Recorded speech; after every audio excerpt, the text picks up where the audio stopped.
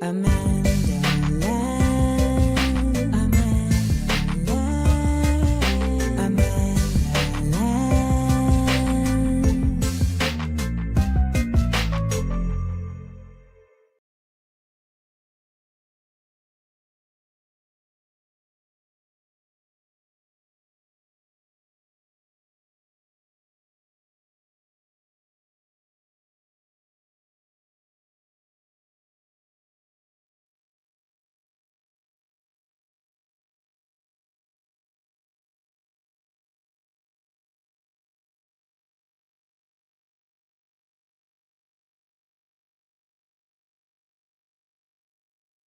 Amen.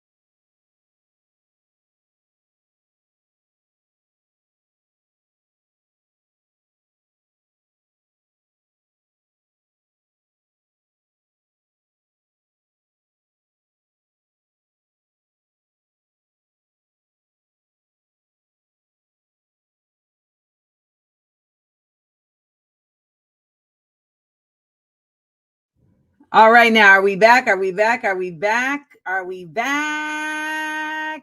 Are we back? Y'all can hear me? Yeah, you can. Yes, you can. Yes, you can. Good morning. Welcome to Views from AmandaLand, your news and truths by any joke necessary. Thank you for waking up on the right side of history with me, Amanda Seals. It is Wednesday. Somehow it is September 3rd. I do not understand how this happened. I don't know if you all know this, but it was August the other day. Isn't that crazy? So let's go ahead and change this.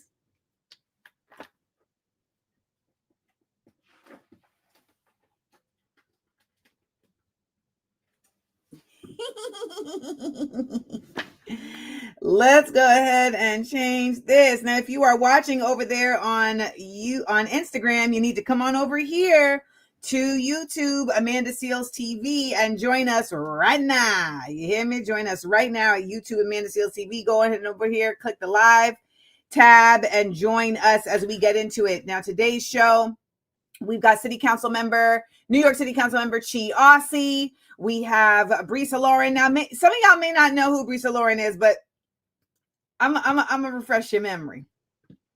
Now, I don't know if y'all remember when I got a shirt made of a tweet that someone had created. And that tweet was about Miss Rachel. Okay. And the tweet said, protect and defend Amanda Seals the same way y'all protect Miss Rachel. Okay? The same way y'all protect Miss Rachel. Well, Brisa is coming on the show today, and I'm excited to have her. Someone said that you all didn't have the... Hold on, it didn't play the intro when we started the show? Yes, it did. AmandaLand,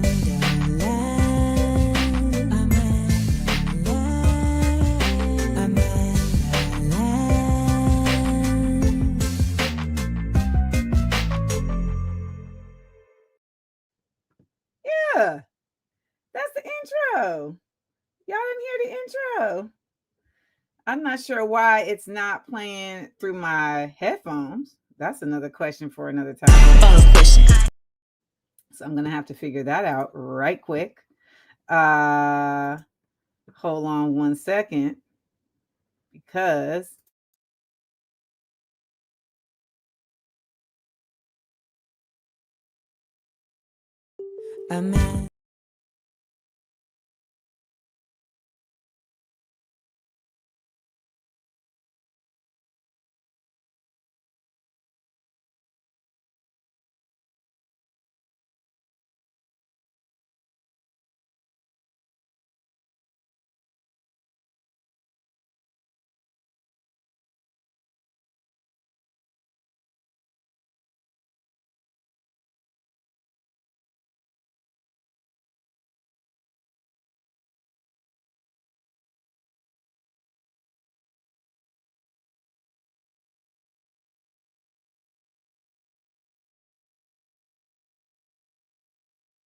stop calling me Amanda, Miss.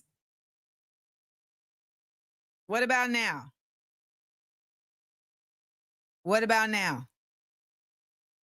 Can you hear me now?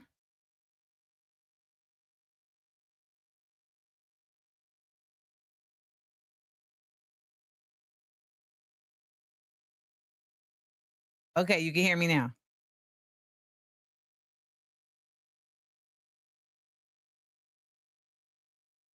Who's in here calling me Miss Amanda? Is that like a reference to Rachel Maddow? Cut it out. First of all, Rachel Maddow is getting paid $24 million to sit over there and spew the same Democrat crap every day. Okay? Now, I don't know what she's doing with that $24 million, but that just seems like an extensive amount of money. Don't you think? $24 million. What the hell? Again, I said this last show and I'm going to say it again. What is Rachel Maddow doing that deserves $24 million? I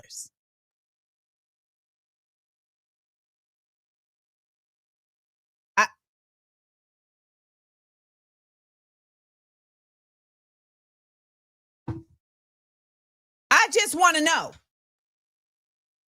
I want to know. I want to know.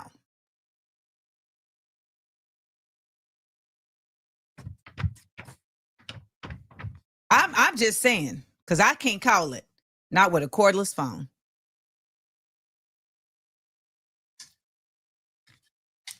What is Rachel Maddow doing for $24 million? Nope. Cordless phone don't even know. Can't call it.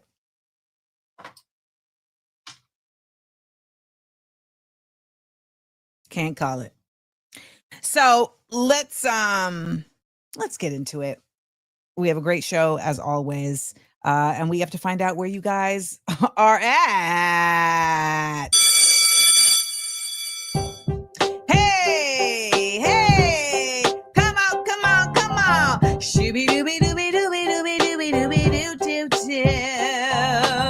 AmandaLanders here to learn. Drop in and tell me where you're watching from. Come on. Let's find out where y'all at. AmandaLanders here to learn. Drop in and tell me where you're watching from. We are over in the internationals, y'all. Let me tell you, we got Paris, Trinidad, we got London. Good morning, Therese and Melissa. We have Occupy DMV. We got Merida. We got Salt Lake City, Utah, Ohio. The Boogie Down BX. We got Chelsea, New York City, Gizmo Beach, California. Rishma's at her desk. Indianapolis, Rhode Island, Queens. What else we got? We got Grayland, Washington Coast, Atlanta, Tokyo, Missouri, Toronto, Canada, Jacksonville, Florida, Gardena, California, the city of Lost Angels, Dallas, Fort Worth, on Raleigh in the bus, headed to Durham, University Place, Sweden, Middleborough, Massachusetts, Durham, North Carolina, Corvallis, Oregon, The Hague, Netherlands, Clayton, Missouri, National City, California. It's time, Southside. We do the Southside, Southside. It's the Southside, Southside. We got Florida International University in Miami, Florida, Existential Crisis, USA. That's international. France, Berlin, Amsterdam, Merida, Mexico, King of Prussia, Pennsylvania, which sounds international, however, it is not. North Carolina, Greenville, North Carolina, North Kakalaki. We got a lot of people in North Carolina. We got Newark, New Jersey. Shout out to Brick City. We got Connecticut, CT in the house. We got Nairobi, Kenya. Lights out, Texas. What's up, Carmen? In Sunnyvale, California, Monroe, Georgia, Fayetteville, North Carolina. I told y'all there's a lot of North Carolinians in the building. Yeah. Said AmandaLanders here to learn. Thank you for telling me where you're watching from. Turkey. We got someone watching from Turkey. I think that may be our first turkey, y'all. I think that may be our first turkey, y'all. Hold on. Let me take a look. No, it's not. It's probably the same person. Welcome back. Welcome back. And shout out to Santo Domingo. Dímelo, dímelo, dímelo. So that's what we got going on here at Views for AmandaLand this morning. If you are over here on Instagram, come on over and join us here on the YouTubes and make sure you let us know that you came from Instagram so we can give you a proper welcome. For all my people on the replay, shout out to all of y'all on the replay. You know, we appreciate you catching up later, and all of my people on the podcast. Thank y'all for listening. Now let me just tell y'all listeners on the podcast, you're probably going to have to come over to YouTube to watch this one. I'm going to try my best, but we do have some international videos, some people speaking different languages today. So, I'm going to do my interpretation, but you may want to actually come and watch so you can see the subtitles. All right.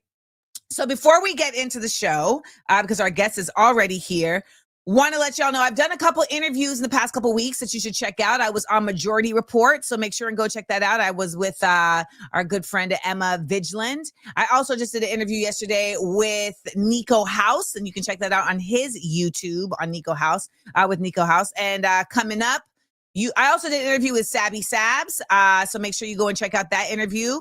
And I just did an interview with Breakthrough News and Eugene Puryear, so that's going to come out in a little bit. So you got 3 different places where I was talking my all right? And I know y'all are fans of the talking, so go on over there, go in that chat, because you know people be in the comments acting up.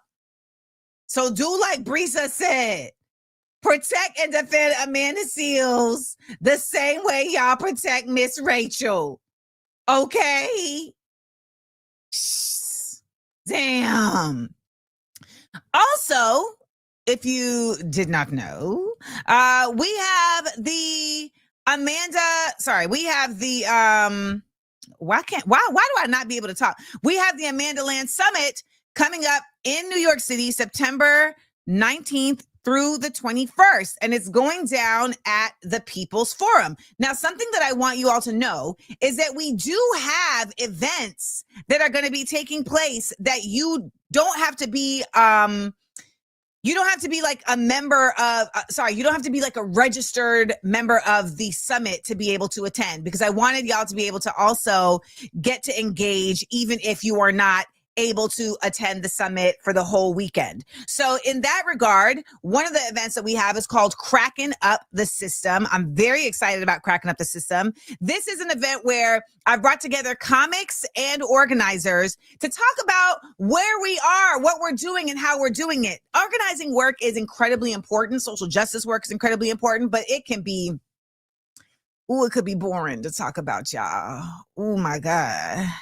It could be boring to talk about y'all. I remember one time I was asked by Color of Change, which is an organization in LA, to work with them on creating content. And I remember the individual who I was on the call with, it was her and like 3 other people. And I said the same thing. I said, you know, I want to make content around the things that we need to talk about, but that gives it some extra oomph, some excitement, because it can be so didactic. It can be very heavy. And the truth is, like, different people respond to different things. Y'all, she was very upset. She said I was being very rude and disrespectful to the work that they do. And then they said they would no longer work with me. So shout out to Color of Change. I don't really know what y'all do, but I know what these folks do. We have comedian Davidson Boswell, and Christina Brown, who you all know very well because they do great work on these Instagrams and the TikToks. And they have also been here on the show. They're going to be repping the comedies. Rolando said, putas.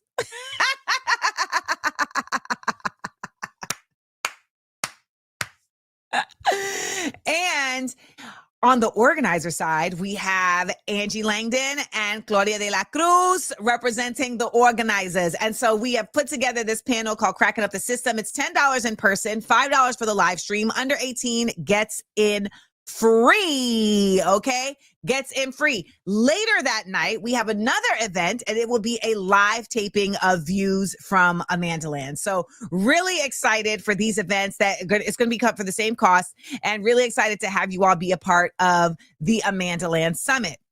Now, as you know, I no longer am a part of the Hollywood of things, but I be doing my own thing. And so AmandaLand Exports is continuing to drop the goods. And we have some new goodies that we're dropping coming soon. First of all, we have the How Black Am I Gonna Have to Get pin t-shirt, and I'm trying to get the notebooks made, but I don't know if I'll be able to make them fast enough. Okay, so here's the pin, right? Y'all, why is the pin so big? Y'all, I made the pin too big. I feel like I made it too big.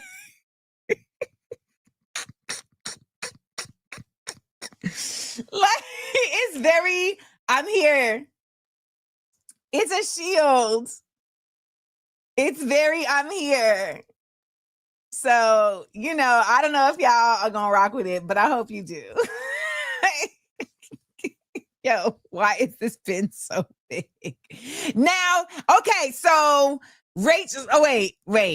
So I appreciate y'all be like, no, but wait. So Yotsme NY said for a book bag, right? Or a purse or a satchel of sorts, right?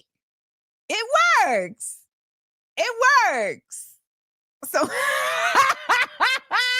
someone said that is a shield, y'all. Listen. So, and someone else said cross colors big. Now, you may be wondering, why does it look like a roulette wheel? Because it's a gamble. It's a gamble. What black you gonna get if you come with me with some sideways? It's a gamble, all right? You don't want to gamble with all of this. Nat, it could be Nat Turner. It could be Sister Soldier. It could be Fred Hampton. It's a gamble. All right? It's a gamble. Now, I also got these made, which I'm very excited about. And these are our Views from AmandaLand pins. And so these are going to drop when we do the summit. So in a couple weeks. All right. So in a couple weeks, we will do. Now, someone said put a spinner on it. Can you imagine if I had figured out how to get a spinner put on this? Ooh-wee. That would be dope. That would be dope. So I'm very proud of my pins. And I also got us some Smart Funny and Black patches. Some Smart Funny and Black iron-on patches. You feel me? So I really, I'm getting the hang of this. Now I got to figure out like notebooks and stationery, etc. So I'm working on this. We will also have How Black Am I Going to Have to Get shirts. We're also going to have Smart Funny and Black shirts, and we're also going to have Views from AmandaLand shirts. So all of these things are coming at you. And remember, any of these purchases help to support the work that I do. And if the last thing I want to tell you all about before we get into today's show is that I will be doing my one-woman show, What Would the Ancestors Say? This Saturday. We have a free show this Saturday at we have a free show this Saturday. Oh, you know what? I had the wrong date on the flyer. So let me not even put that flyer up there. But it is going down this Saturday at the People's Forum at 6 p.m. And I want to remind you all that it is free. However, if you want to reserve a seat, you can go to peoplesforum.org and you can donate to the People's Forum to reserve your seat. Now, as of right now, we have, I think, like 70 seats reserved. But everyone else, again, you can just show up. All right? You can just show up. But if you want to like reserve your seat and you don't want to, have to stand in line, then go on and reserve. Okay. Now, someone said, I wish I wasn't so far away. Well, lucky you, Susie Blue, because we will be live streaming this as well. Now, I want to let you all know something. What you're going to be witnessing is different than the previous shows that I've done. Okay. Because this is going to be a read through of the script, because I've been writing the script and I've made some changes and I've added, and I just really, I feel like I've really elevated this work to a brilliant level. If I say so myself, So that is what we're going to be doing. It's also going to be followed by a Q&A. Okay. So this is going to be a different situation than the previous shows. And I hope to see you all there. All right. When we get back, we will be talking to our guest, Brisa Lauren, because it's time to get into some 60-second headlines. AmandaLand. 60-second headline. And I run down some news right quick. Run it down, mama. Put us on.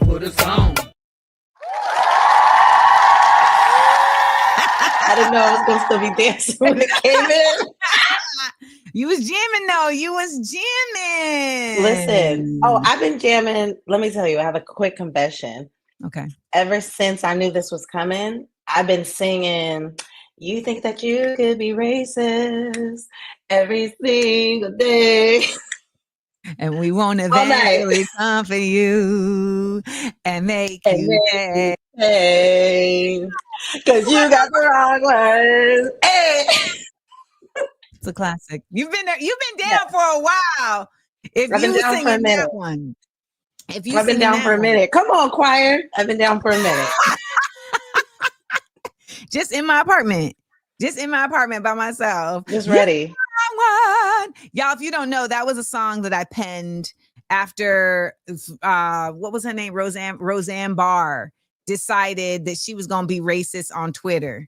And she lost her job because the head of the network was a Black woman and was like, absolutely not. Got her out of here. Got her. Barbara, get Roseanne's agent on the phone. I can't. I can't. I live by it. Well, foundations. So when I did my special, when I recorded my special, I Be Knowing, the audience knew the song. Like I be singing. So I just started like singing it, and the audience was like, see, and look, we don't have the same revolutionary songs that we used to. So just put the soundtrack out. I actually am working on that. I actually had a song come to me last night that I actually sang a little ditty of on the Instagrams, because I am going to put an album out next year. I will put an album out next year. Yeah, and absolutely. How did it go? It was like I forgot what I had actually wrote. I was listening to it on Patreon. You said something like along the lines of like, why do they hate us or why do they treat us? It was something along the lines of like, yes, how yes. I'm trying to remember the melody, and hold on. Oh, that's what it was. I want to know. Yes. What we are hated for. Say, I want to know. I'm about to come up with a harmony here. What we are waiting. What we are hated We have too much latency. It's going to drive you crazy. It's going to drive you crazy because we're like we're gonna do it. Half step behind. I know. Now, Brisa, tell the people, because you are a community advocate and an artist. So tell us where those things intersect. Tell us about you so that the people can understand who they're hearing from and talking to today. Absolutely. Well, just thank you so much for the platform. Thank you so much for the space and just the community and the classroom that you continue to create for all of us. Deeply appreciate it. I've learned so much from you, including massive vocabulary. Yay! So thank you. But I'm based in San Diego, California. I've been in the social justice landscape for about 13 years. I started in civic engagement, so largely doing a lot of voter engagement work, GOTV work, voter registration, and really targeting Black and Brown communities, AKA a lot of low propensity voters. And then I worked my way over into labor, and I've been doing labor organizing for a while. And now I'm the executive director of the San Diego Black Worker Center. We focus strictly on creating space to address the issues that Black workers are facing, because unfortunately, historically, labor still has a lot of anti-Blackness, and they don't always bring our issues to the forefront. And so we created a table that would address anti-Blackness on the job, discrimination, the lack of quality pay, all the worker rights, but through a lens of Black people, which has been really dope to always be able to go to tables and say, I don't see no Black people here. I don't see no Black people on the agenda. And so where my artistry comes in is I sing, I have a band called The Lyrical Groove, and then I have a solo project, and just creating space where music is a message and it's a vehicle. A lot of times we treat art almost like the anchor to, almost like an accessory to the movement, when music and performing arts is really the anchor of it. And so, please, yes. Yeah, so really just trying to bring messaging and lyricism back into artistry so that you feel something, because talking about statistics isn't going to always move people. It actually rarely moves people. And so when you can put it in paint, put it in a song, put it in a poem, comedy. It sits with people. Comedy, you know, it sits with people differently. So just trying to mend those bridges. And then two, just using music as a place of release. This work ain't easy. Yeah. As you know, so just using the artistry as like a vehicle of like, I just need to, and not even escape, because I'm still talking about shit, but just, it's not even escape. It's just my own release. Singing about it does feel different. It's stimming, and it's, you know, so people in the chat are asking, like, what are some specific issues that you feel like have faced Black workers that you've had to address? Oh man, one of the biggest things is wage theft. Ironically, in California alone, more than $2 billion is stolen in wages, minimum wage violations alone. And so there's a huge discrepancy between people just either not knowing the actual laws and then getting their full paycheck, and or of course having employers who are exploiting the process. We find with small businesses, it's a lack of knowledge. It's honestly, they just don't know the employer laws. And of course, with the major corporations, it's an outright stealing of wages, denying breaks, overtime. And then we see largely huge discrepancies in the hiring process. We have data that shows us that they will actually hire a white person with a GED than a Black person with a college degree who's qualified for the position. And so we have... Because, you know, I just did Surrounded, where they're like, there's no such thing as racism. It's so real. I mean, in San Diego alone, obviously that's the base that I focus on, but the numbers are the same throughout the country. our working class population of Black folks is only 4.4%, and yet we're 9% of the unemployed numbers. Like the math doesn't math ever. And so what's really dope about the work that we do is we actually go in and look at the policies. So we find like a lot of employers that are having a lot of claims against them. We work with an office called the Office of Labor Standard Enforcement, where workers could actually file claims. And there happens to be different offices of this such in different cities. So for viewers out there, check in your city if you have an Office of Labor Standard Enforcement. It would be through your city or county government. And it's an accountability lens to work with the state laws that are happening and make sure that they're being enforced locally. And so we'll get the claims from them and see like who's having multiple offenses, pull up their policy and be able to address some of the anti-Blackness in their policy. Now, some of the smaller businesses are obviously willing to work with us to create stronger employee handbooks and policies that make it more accessible for workers. And then there's others who will never take our call. But it doesn't mean we don't call them out and keep pushing and applying pressure where we can. So, you know what, as a person who had, and I didn't have employees, I had contractors, but nonetheless, it was still, you know, a small business. Like so much of the small business process is just trying to do a business, right? Like you're just like trying to like get something going, but you don't realize that, yes, however, there's formality that does have to take place to protect everybody, right? And not just protect absolutely of like against a lawsuit, but more so to protect people against confusion, you know, to protect people against frustration, etc. Like I had to learn over the course of time how to be a better business owner by just being a better, getting more knowledge, because I also had never worked as an employee in like a company, like in a big way. Like I had worked like retail, you know, and I had worked as like a hostess, and I was, you know, young. So, you know, you come in and they're like, yeah, over there. Yeah. Go over there. And just fold those jeans right. But they also don't give you the handbooks, or, you know, they don't. And I didn't even know until I started doing this work that it's illegal for them not to provide you an employee handbook. So off the gate, first day hiring, a lot of them are messing up and we don't even know it. And easily, like, and I just think about the advocacy skills that it takes when you're in that space of like survival as well.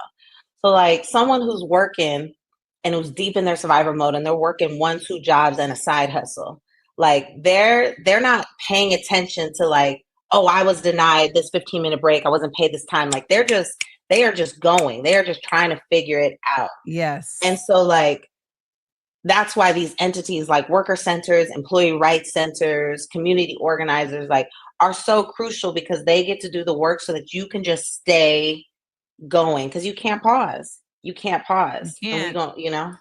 We're trying to make it, girl. We're trying to get it. Yeah, and now it's even harder. So, because we have people like the Trump administration, not just Donald Trump, but the Trump administration, who are in power. And our bonus question today, I was kind of late starting, so I didn't get to say our bonus question at the top of the show. But today's bonus question is, what would you do? What will you do when Trump expires? Now, some of y'all took that way too serious. I just be like, can y'all just enjoy anything? Damn. Okay. Even Anne Frank had a crush while she was hiding in an attic. Let me just tell y'all something. We'll never really know if her crush was actually fine. But because like when you're in a confined space, like you just make it work. Just a side note, when I was shooting Insecure, every season I would find a set crush. At the end of the season, I would realize that's not a fine man right there. That's not. But this is where we at all day. So I'ma just let that work for me. And just by the way, one time, Jonely actually went and told the set crush that I was interested in it. That's not the point of the crush. It's kind of like, but it's the same as social justice. Like you'll have a crush on someone because they speak in that talk. Like you'd be like, "Ooh, you had me at fuck the system," and then you actually like see them in person. You're like, "Ooh, it had to be the words. It had to be the words," because that happened to me with a social justice person in real life. It was the words, and then when I actually got to know him, I was like, Oh, wow. Yeah. You're not Every that time. guy. Let's It's like, get focused. Let's get focused, Brisa. We Actifish. hanging out. We hanging out. We hanging It out. ain't catfish, it's actifish. Okay, here we go. Okay. Someone said Jesse Williams. I heard Jesse Williams hasn't been talking about Palestine lately. Like he stopped. The last time I saw Jesse was at a Palestine, at a film screening about Palestine. So I'm not sure what that's all about, but I hope we didn't lose Jesse. That's a fine man, a very fine man, and very nice. All right, let's go. USA takes out a Venezuelan boat. Now, Brisa, these people really want a war in any shape, way, or form. Let's check this out.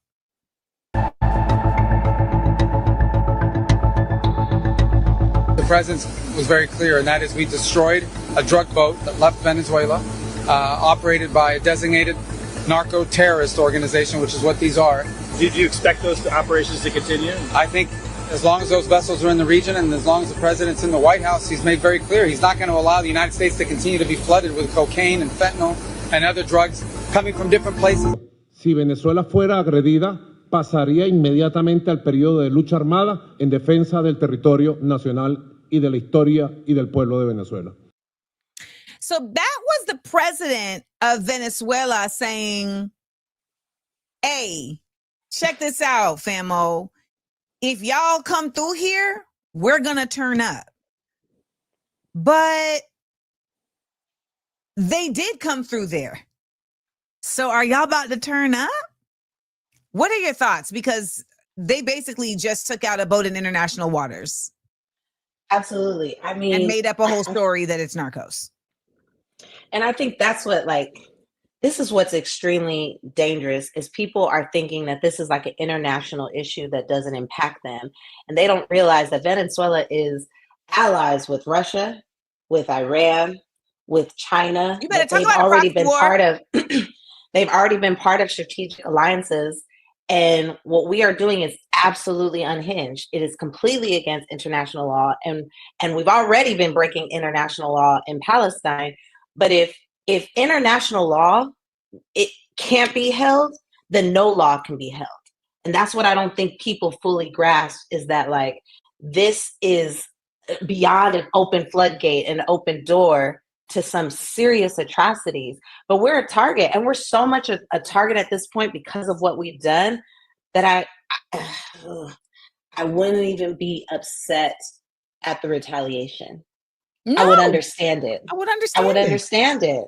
You know, they also want oil. It. Exactly. And that's the other thing. This is why it is so important to know your history and to understand the landscape, because the cocaine that is predominantly brought in to the United States doesn't even come from that part of the region. No. So strategically, it doesn't even make sense to be there. So there's no strategic reason. And of course, all this allegedly, we can't trust the man who ain't been honest from day one, the government who ain't been honest from day one. Nothing they say is truthful.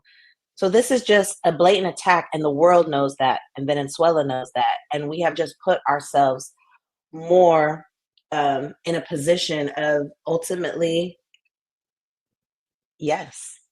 The line of fire.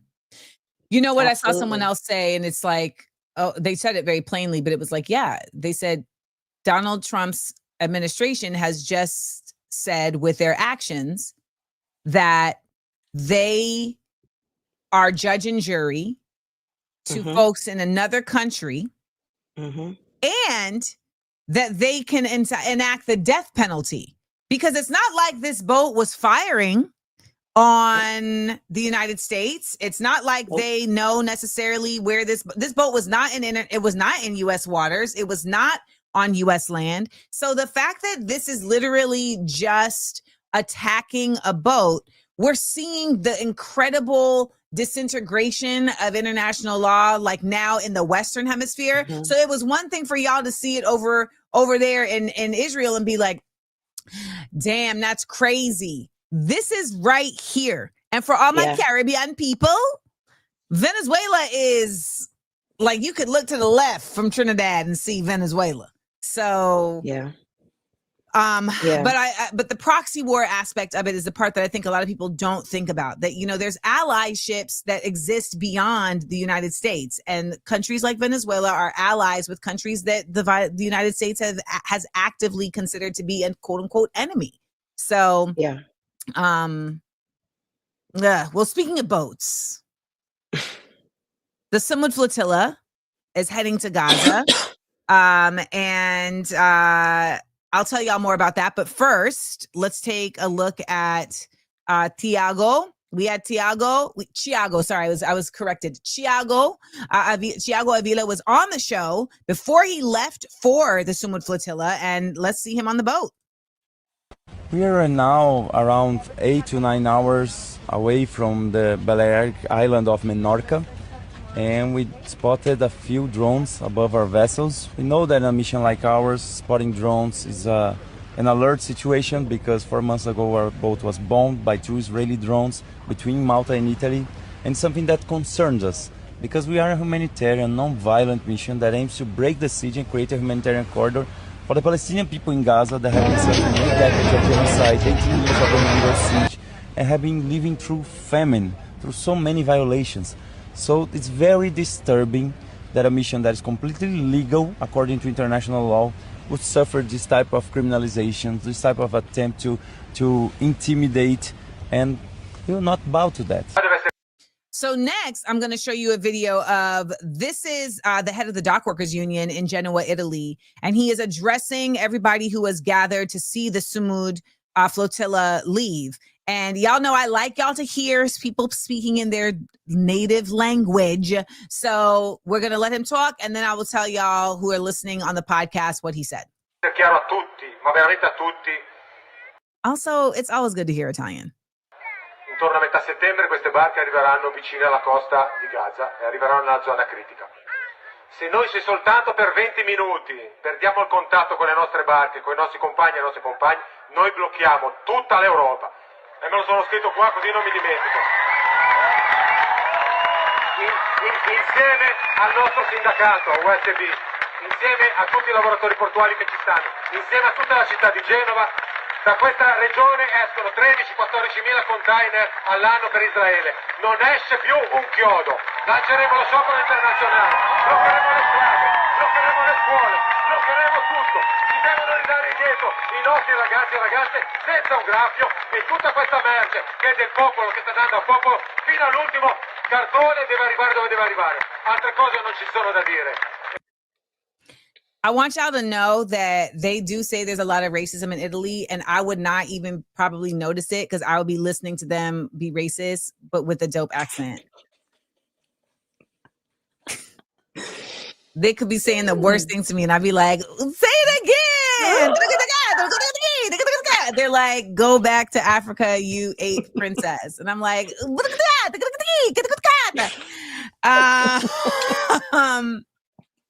so Brisa, tell me, first of all, I want y'all to know that the Sumud Flotilla is the 39th flotilla to make its way to Gaza. And this is a different vibe. Remember, we had Chiago on here talking about that this is a lot of boats. It's not just one. There are several boats, small boats, that are moving as a fleet of small vessels.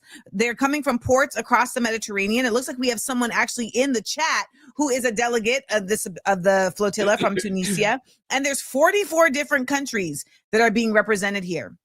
So, you know, what do you think about this? Especially as a union worker, we just saw the dock worker, the head of the dock workers union in Genoa saying, as a union, if we lose sight, if we lose connection from the flotilla for even 20 minutes, we will shut down this whole dock. They got mad stuff coming from this dock going to Italy, going to Israel, and we will cut it off because we're not playing with y'all. So what do you think about all of this? This is what excites me, because this is the innovation and the revolution that we need, because labor is literally one of the strongest arms that we still have. And it's the only way that we can continue to hold the line. Like, people need to realize, and I know a lot of them do, especially a lot of your viewers, moving on a moral ground is never going to move people. Like, doing it because it's the right thing to do, doing it because you know, you go in there with your sob stories, like, they know the data, they know the facts. They know the heartfelt stories. They don't care. They're never going to move out of morality. They're only going to move if you pressure them economically. That's the only time we've ever seen massive change in the United States historically. And it's the only thing that gets workers the contracts, the pay, the better wages, the better work environments is when they withhold their labor. And it's a lot, but it's possible and it's doable. And I think too many unions and labor leaders have said, well, it's too much right now. It takes a lot of effort. It takes a lot of resources. And then you've got people like what we just watched, the dock workers, who are like, no, we are withholding. We are closing down the ports. We are withholding the labor. And it's like all the money that labor is willing to spend on elections, you could easily create a fund, a mutual aid fund, and secure workers' pay for 2-3 months and hold the line. You think that if you didn't withhold labor for 2 weeks, that they're not going to make a move immediately? And so I love this because it sets the tone and puts the power back to the people. And it shows the power of the working class families. Yeah. And that's what I feel like is so understated here in the United States. Like they've really done a great job of just convincing people that they are powerless, that they don't have any information or anything to add. Absolutely. And when you actually then start talking to these billionaires, et cetera, you're like, oh, you guys are idiots. And you're also terrible people. So there's that. So, and the strategy don't even be that difficult. It just requires you to like move. And and I think there's the environment right now where people are looking to get involved. People are looking to support things. They're looking for ways to get activated. Yes. And to be part of something revolutionary that is structured and organized. And labor, like, you're one of the last arms we have against this fascist regime. And you're on the fence. And the fact that you're on the fence is also how fascism continues. Yep. Exactly. To excel. Because if you're not actively, ardently against it, you're for it. That's just what it is. I love this. And it's a way to put your body on the line that doesn't physically cause you harm initially. You know what I mean? Absolutely. It's the first act of like of an informal tactic. And then we can start going into like deeper, ways of resistance.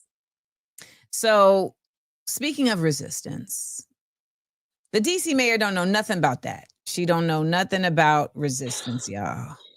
Okay. So Mayor Muriel Bowser, all right, has now said that she is down to clown with the head clown of them all, Donald Trump. She says that she has signed an order ensuring coordination with federal law enforcement during and after the presidential emergency. So the presidential emergency was the cock and bull lie that was presented to basically, what's what I'm looking for? To give validation for sending in National Guard, federal troops, etc., to federalizing the Washington Metropolitan Police in DC. Occupying DC. They created this state of emergency because they said the crime was just so bad that they had to do it. For the record, the crime was bad, but it was actually better than it has been previously. I've seen a lot of people defending this by saying, well, you wouldn't know, you haven't had your family killed. And I just think those people are bots. Because all the people I know that are really from DC who may have experienced crime, who have, family members, whether it's their cousin or their mother's cousin, being harmed, they're like, okay, but how about you put the money into the schools? How about you put the money into the resources? And the mayor's order dated on Tuesday outlined the role of the Safe and Beautiful Emergency Operations Center. The Just love throwing around that beautiful word. The SBEOC. Y'all, the center is responsible for managing the city's response to President Donald Trump's Safe and Beautiful task. Like, are we in a film? Safe and Beautiful Task Force. and his declaration of a crime emergency in the city. Your thoughts? There's so many layers to this. It's comical and it's also extremely heartbreaking and devastating that ultimately the effects of slavery are still deeply rooted in two types of different Black people. And that's what we're seeing. And what Mayor Bowser is doing ain't no different than the enslaved who was telling on those who were seeking freedom and liberation. It's no different. What do you say to folks who are like, well, what do you expect her to do? DC is not a state in the same way that others are. She doesn't have power. Yeah, I expect her to actually speak truth to power and use the numbers and rely on the story and the data and what we know to be true. We have clear examples with Mayor Brandon Scott in Baltimore, with Mayor Randall Woodfin in Birmingham, where we have seen huge reductions in violent crime in their cities. From investing in after school programs, from investing in recreational activities. So if crime is the issue, then there are clear cities who are showing what the real solution is. Speak to that. Speak to what Mayor Brandon Johnson in Chicago is doing. Speak to what even Karen Bass is attempting to do in LA. I know, sis. I know. She went out there. I'm not a fan. Ain't doing a goddamn thing. Okay. I just appreciate she went out there. She said, not my city. She put those hands up to the press. And then she was like, in my city. Because they really in her city heavy. Like very much in your city, sis. Like all in your city. Because I haven't seen her since. Scratch it. No, I saw her at one thing and it wasn't what it could have been. I saw her at a play. I went to a play when I was in LA and she was in my row. She went to a nonviolence resistance training with the California State Federation, Labor Federation. I don't even like that. That offends me because that's a pointed, there's a pointed optic happening there. I'm at the nonviolent. Why aren't you at the gun range with everybody else? And that's I brought something up, and that's a whole other conversation because they I heard you earlier when you said, we can start with putting our bodies on the line in a non-aggressive way, but and then we can discuss other ways. Yeah, it's fascism, y'all. It's going to be uncomfortable. San Diego, which is literally a military base, military town, and only 6% of a Black community out here. Border town too. That's the other. We're a border town. You're Mexico. Like San Diego is Mexico. It's really, it's like, and we love it. Tijuana is like, right there. We go there for shopping. Like it's definitely the neighborhood and we love it. And I think that's the other thing. That's what's really interesting about San Diego is we don't really, the white folks got a lot of anti-Blackness, but they love the immigrant community. So you know what? She did say, I will give her saying this. She did say this is Bowser in DC. What has not worked during this period of time is ICE terrorizing communities, especially with masks and especially not having enough information about where people are. She similarly characterized National Guard troops on city streets as something that hasn't worked. So I do appreciate her actually saying that. But it's not reflected in her actions now because she's creating this partnership where she's just going to criminalize. So it's what people love to do, which is put on a performance. And this performance you just hit us with. You brought it out of me. It's the entertainment segment of the show as well. But yeah, and I think to your point earlier too about like the world that we're living in, like we're in constant state of contradictions, constant state of hypocrisy. Yeah. And at what and I think what infuriates me more is like when the media will interview someone like Bowser and say, ask her questions that y'all already know the answer to. This is why I don't like doing, this is why I decided I don't want to do mainstream media anymore. Because then when you come on and they ask questions that don't act, like when I went on, what's it called? The Weekend Prime on MSNBC. And when I did the appearance, it felt off. But then like a week later, I really was like, man, that was some BS, because I did that whole, one black radical versus 20 black conservatives. And their questions were, they asked me 3 questions. The first question was, what made you go there knowing that it could go off the rails? I don't know what kind of question that is. The second one is, did you think it was a waste of time? And the third question was, if it was a waste of time, you wouldn't have been there. And the third question was, did any of them bring you closer to their point of view? Or Amanda, I'm not doing this today.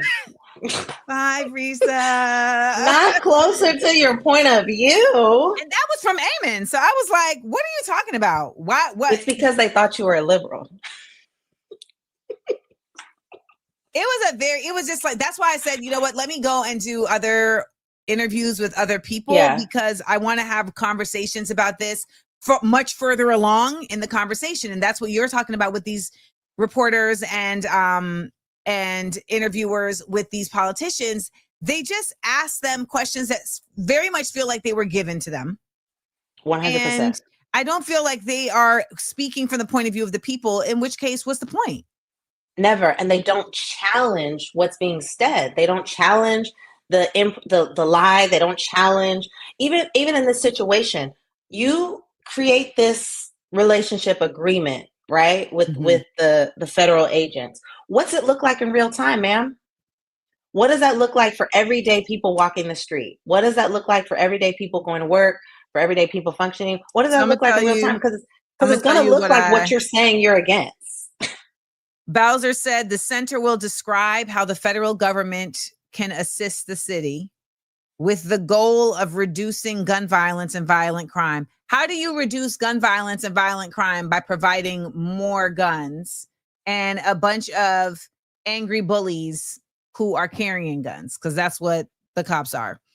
The order said that the SBEOC will communicate DC's request. So this is now a federalized city. I just want to make sure, like, not a federalized city. This is an occupied city. Literally what she's saying is she is no longer in any position. She's just taking notes from them. The order said the SBOC will communicate DC's request, such as asking federal law enforcement officials not to wear. So this is just bureaucracy. They created an agency when, mind you, you're the agency, you're the mayor. Yep. So they created an agency to speak on behalf of the mayor. And who is running the agency? Yeah. And I think these are situations. Say, well, she has no power. So what do you expect her to do? And I'm just like, but baby, if you have no power, what are you doing? Yeah, absolutely. At least read books to kids at the library with all this time. And I don't have no power as a cop-out. Because I don't have no power as a cop-out because at the end of the day, you're still sharing their message. You're still using their language. You're still using, and ultimately you're dehumanizing people by continuing to criminalize them. Like this messaging of criminalizing and dehumanizing a community to make the strategy more acceptable or justifiable is not nothing new. We see it with Katrina, with ICE, in Gaza. It's the same blueprint time and time again. Yes. Like dehumanize the community that you want to target, criminalize their existence, and then use that narrative to justify the treatment. And she's literally just taking their language and regurgitating it. So let's say you have no power. Let's say you don't. It doesn't mean that you then accept the language. It doesn't mean that you then go on there and not create space for people to share what they really feel and then take their messages and their concerns to the table, you're not representing the people. That's your power. It's to just be the voice of the people at bare minimum. At bare minimum, be the voice of the people. And you can't even do that. And I don't know why. I don't have a lot of grace for people in this season anymore. I think for too long we've been like, well, we got to give them grace. We don't know what they go through. Then maybe they shouldn't have run for mayor because they had no problem being loud and vocal when they needed votes. But now you can't be loud and vocal for the people now? I don't have grace for it. I don't. You put yourself in this position. This has been, you've seen what's been happening. You've had time to think what happens when it happens in the city. He's been targeting Black mayors. You live down the street. You think you weren't going to be next? So I don't have grace. Down the street. You live down the street. Like you are watching directly. We seeing it on the news. You outside, out your front door. So I don't have a lot of grace for the situation. And I hope that the people are going to challenge her and hold her accountable. And we really have to get out of this box of like protecting kinfolk from accountability. Like we really have to. We really have to. Because this doesn't align with their ideologies. And there's still a lot of deprogram and decolonization of the mind that needs to happen in a lot of these officials. And being brown and in a position of power is not liberation. It's not. It is a crumb that we have thought has been moving us forward. And her statement shows us that we have not moved very far. 10 out of 10, no notes. This is And an from my example of professor. skin folk. This is an example of skin folk. 10 out of 10. No notes. Yeah. I'm exhausted. I would transcribe what you just said and assign it as a reading assignment on a syllabus. Because And listen, and there's a lot of books that can speak to this in a much deeper, more intellectual way than I could. So there's so much literature. There's so many folks that feel this way. Shout out to Bree Newsome, who's also one of the people who, like us, is just like, I don't got grace for y'all. I see y'all in the comments like they may have threatened her. Well, you know what's a great way? You know what's a great way to stay safe when they threaten you? Hey, y'all, they threatened me. Get the people. Get the community. They threatened me, y'all. That's what you're supposed to do. You supposed to. Hey, everybody, y'all listening? Them over there, them folks right there, they threatened me, y'all. Yeah. Them. That one. No, move. That one. Yeah, but we've lost the art of community, but that's another segment another day. So, because like this constant need to move in isolation is also why she could so be easily targeted. But you're absolutely right. She could have put a call out. She could have been up front. Community would have showed out. Like people are, 80, what was it? It said something like 80% of folks in DC disagree. 80%? 80%? Is 100%. You can get 30% of that to turn out and it would be massive. Like that's ridiculous. 80% of people disapprove of what's happening. You have the people on your side. You don't believe in people power. And probably in a few weeks we'll see something. Or you don't have a problem with what's happening. Well, and that's the way. There's always that, because ultimately a lot of these folks get in these positions because they want power and they want to be able to feel. They want the title. The title, because the whole thing about power is that, other people, different people relate it differently. The right title can just get you into the rooms you want to be in, or into the restaurants you want to be in, or get your kids into the school you want them to be in. And you fine with that. You don't actually want to have to like do anything, Exactly. Yeah. And this person, Zayoff, said it right here. She don't believe in the people. She believe in the system. There it is. And unfortunately, too many of them still do. Well, Brisa, thank you so much for joining us. Really. Thank you so much for having me. Such an honor. No, I'm really, and I got to send you a shirt. For the record, I bought one. I did. You what? I bought one. You're the one person who bought. Okay, so listen, you bought that shirt, the Protect Amanda shirt? Yeah, I bought one of her. No, not the Protect Amanda shirt. Oh, no. Okay. I didn't sell them. No, I didn't get that one. Okay, I was like, wait, I couldn't sell them. I got your word. Amanda knows everything, or Amanda was right. Over everything. Amanda over everything. Yeah. Thank you. Which that aligns with what you are about. Yes, because no, I couldn't sell the shirts because it's your words. But I made one, and I sell the shirt. I just gave you permission. Boom, sell it. It's yours. Just like that. 1000%. Absolutely. Absolutely. Do you know how much free education and knowledge and lessons and deprogramming you've given me over the years? Ma'am, I have a where is this? I have a note. Hold on. New vocabulary Amanda Seales has taught me. Ma'am, I couldn't wait to use a cervix. I was so excited. Are you kidding me? Oh my God! Yeah, take it. I stand by you. I think you remind me of a real live example of when James Baldwin says, to be a conscious Black man in America is to be in a constant state of rage. You are the epitome and definition of that. And I understand it now. Like, the more I read, the more I dive deeper into this work, I'm like, I get it. Like, I get it.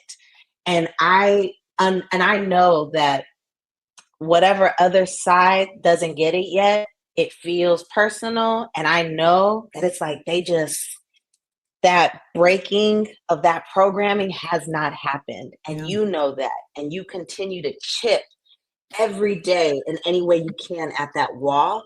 I do. When so many are just still, look at my new skincare line and look at my new candles. And I'm like, look at my new candles. And I'm like, they're tearing families apart. What are you doing? I want you to know that I really deeply appreciate that. Thank you. Because I really just be in this house doing shit. I just be here by myself, like, okay, so now what I need to do, you know what? I'm gonna do a workshop on how to okay, now no, I'm gonna do a thing about the 10 Black Panther commandments. Yeah, that's what we're gonna do. I get it. And look, and another time I'm gonna need to sit with you and figure out your schedule, because I don't know how you do it all. I don't. I'm trying to run this organization, write songs, and I'm like. So yesterday, well, you have to add more time. Do you have kids? I do. Oh, that's why you can't do it all. I do. I got two, a teenager and a toddler. They whooping my ass slowly. Yeah, you can't do it all. So just let yourself go. Let that go. You just can't. But like even today, I'm supposed to make a video for the Black Worker Center. It's taken me 4 days to make this 60-second video, and I'm like, you also encouraged me to. You said, look, I just wake up and I do it. Stop trying to get cute for the camera. Stop trying to just record the video. And I was like, she's right. The minute we get off of here, you better just don't even get up. Don't get up. Put your phone where you at. Don't get up. Absolutely right. Because it's taken me 3 days to make this 60-second video, and it's due today. You also need to just let yourself off the hook. You can't do everything. You have kids.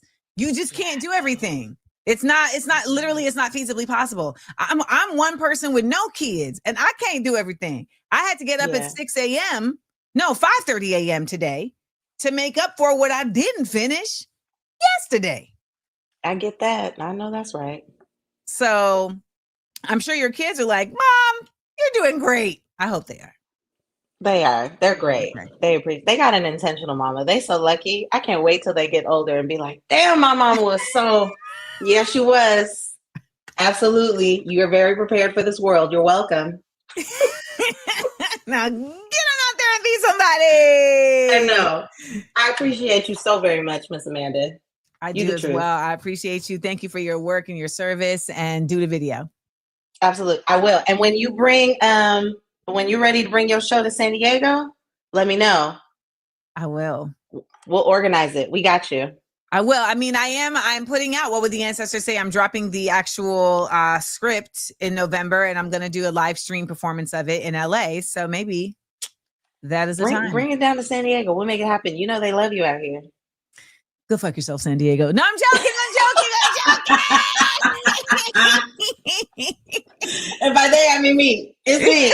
Ron Burgundy. My car got broken into last time I was in San Diego. So I know. But you know what? Side note, San Diego has the Palestine House, and shout to the homeboy Akram Ibrahim, who hit me while he was in Palestine. Ooh. And I met him because his mom runs the Palestine House, and he hit me from Palestine and was like, hey, do you want anything while I'm out here? I'm like, God dang. And the first time I ever had like Arab food outside of my stepmother was in San Diego. And what? Knafa?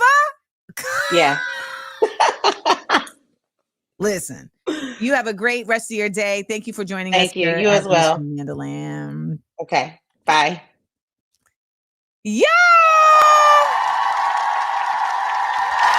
It's a show. It's a party. It's a party. It's a party. It's 11:22 right here at the Amanda Seals at Views from AmandaLand. If you're watching us on Instagram, come on over to YouTube, Amanda Seals TV, and join us.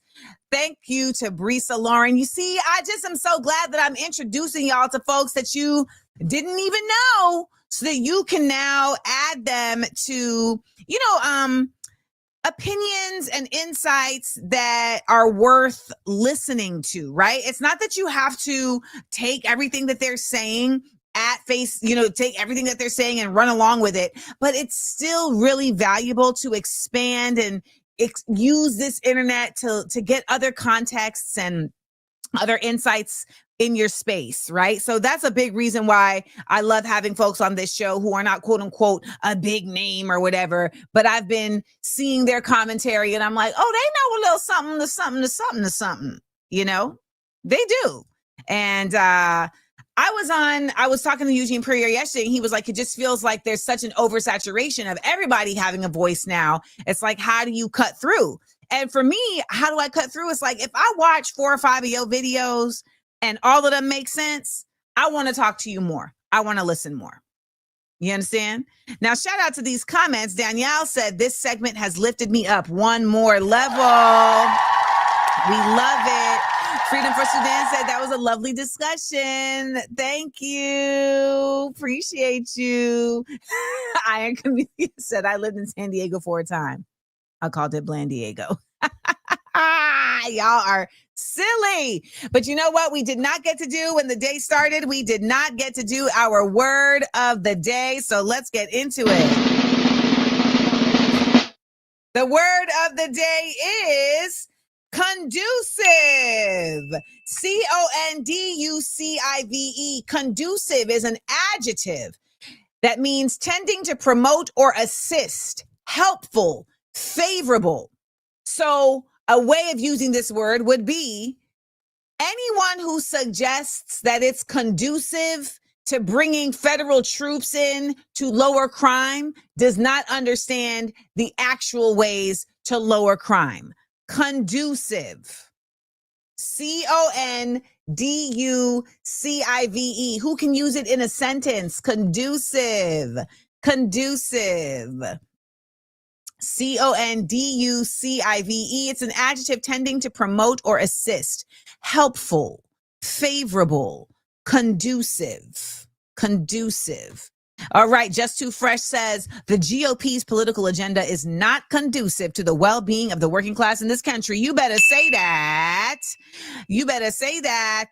Sarah Tibbs says ICE coming to Boston is not conducive to my mental health. Whew, I know about it. AmandaLand is, Allison said AmandaLand is to discover is conducive. You see how they got you? They got you with the daggone spell check because they didn't know the word conducive, but I know what you meant to say. AmandaLand is conducive to the awakening of Americans. Yes, ma'am. Steph says this administration is not conducive to my mental health. Aja Optics says, I kid you not, I used conducive in my prayer. I used conducive in my prayer this morning and was like, I hope I used that right. Did you use it right? McCoy Dylan 8899 said, my 13-year-old consistently hiding things in her phone is not conducive to my mental health. Ooh, child. 13-year-old, quit being shady and sneaky. Celine said, lest I check, secrecy ain't conducive to democracy, which is why we'll be talking about what dark money is later in the show. We're going to talk about what dark money is later in the show. Kiana said this heat is not conducive to my perimenopausal situation.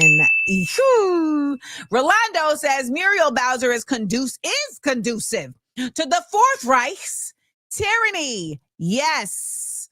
Carmen says too many people are not conducive to critical thinking. That is factory. And let's get one more. Miss Latia said, my new schedule is not conducive to making the weekly views for AmandaLand. Dang, Miss Latia. And we love Miss Latia's commentary in the chat. Yes, we do. Shout out to all of our regulars who be up in here. Y'all know who you are because I shout out y'all all the time.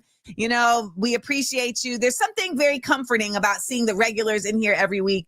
You know, I spoke to Sabby Sabs about her chat because I was like, what the hell was this chat? Your chat was deplorable. And she was like, you know, to be quite honest, I didn't recognize a lot of them people. I think they were just there as trolls. So shout out to our moderators because y'all be in here getting folks out of here. Okay. Y'all be in here getting folks out of here. Rolando, Sandy, and Elijah be like, wrench. Get on out of here. Cut it out. So, and as a creative, it just really feels cool to see y'all in here on a regular basis. And also to know that when I bring people to my show, I don't have to worry about people coming at them sideways or them feeling uncomfortable because they're seeing denigration in the chat. You know, it's just not conducive to. See what I did there? It's not conducive to a warm, safe space. And as an interviewer, it's just not conducive to making for a free flowing interview.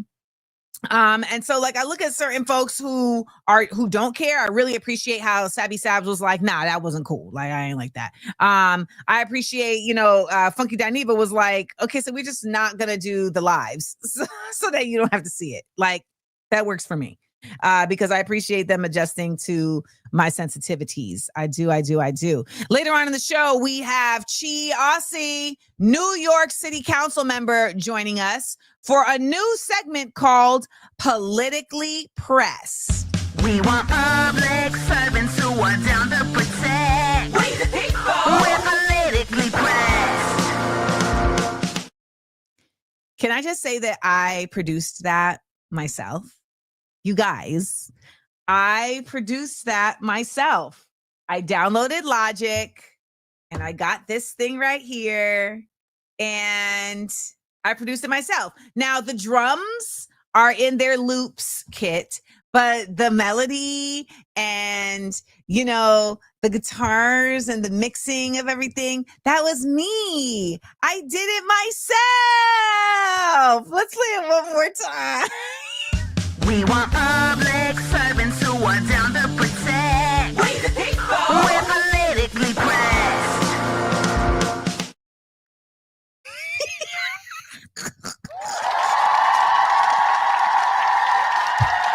So proud of myself. Okay. So proud of myself.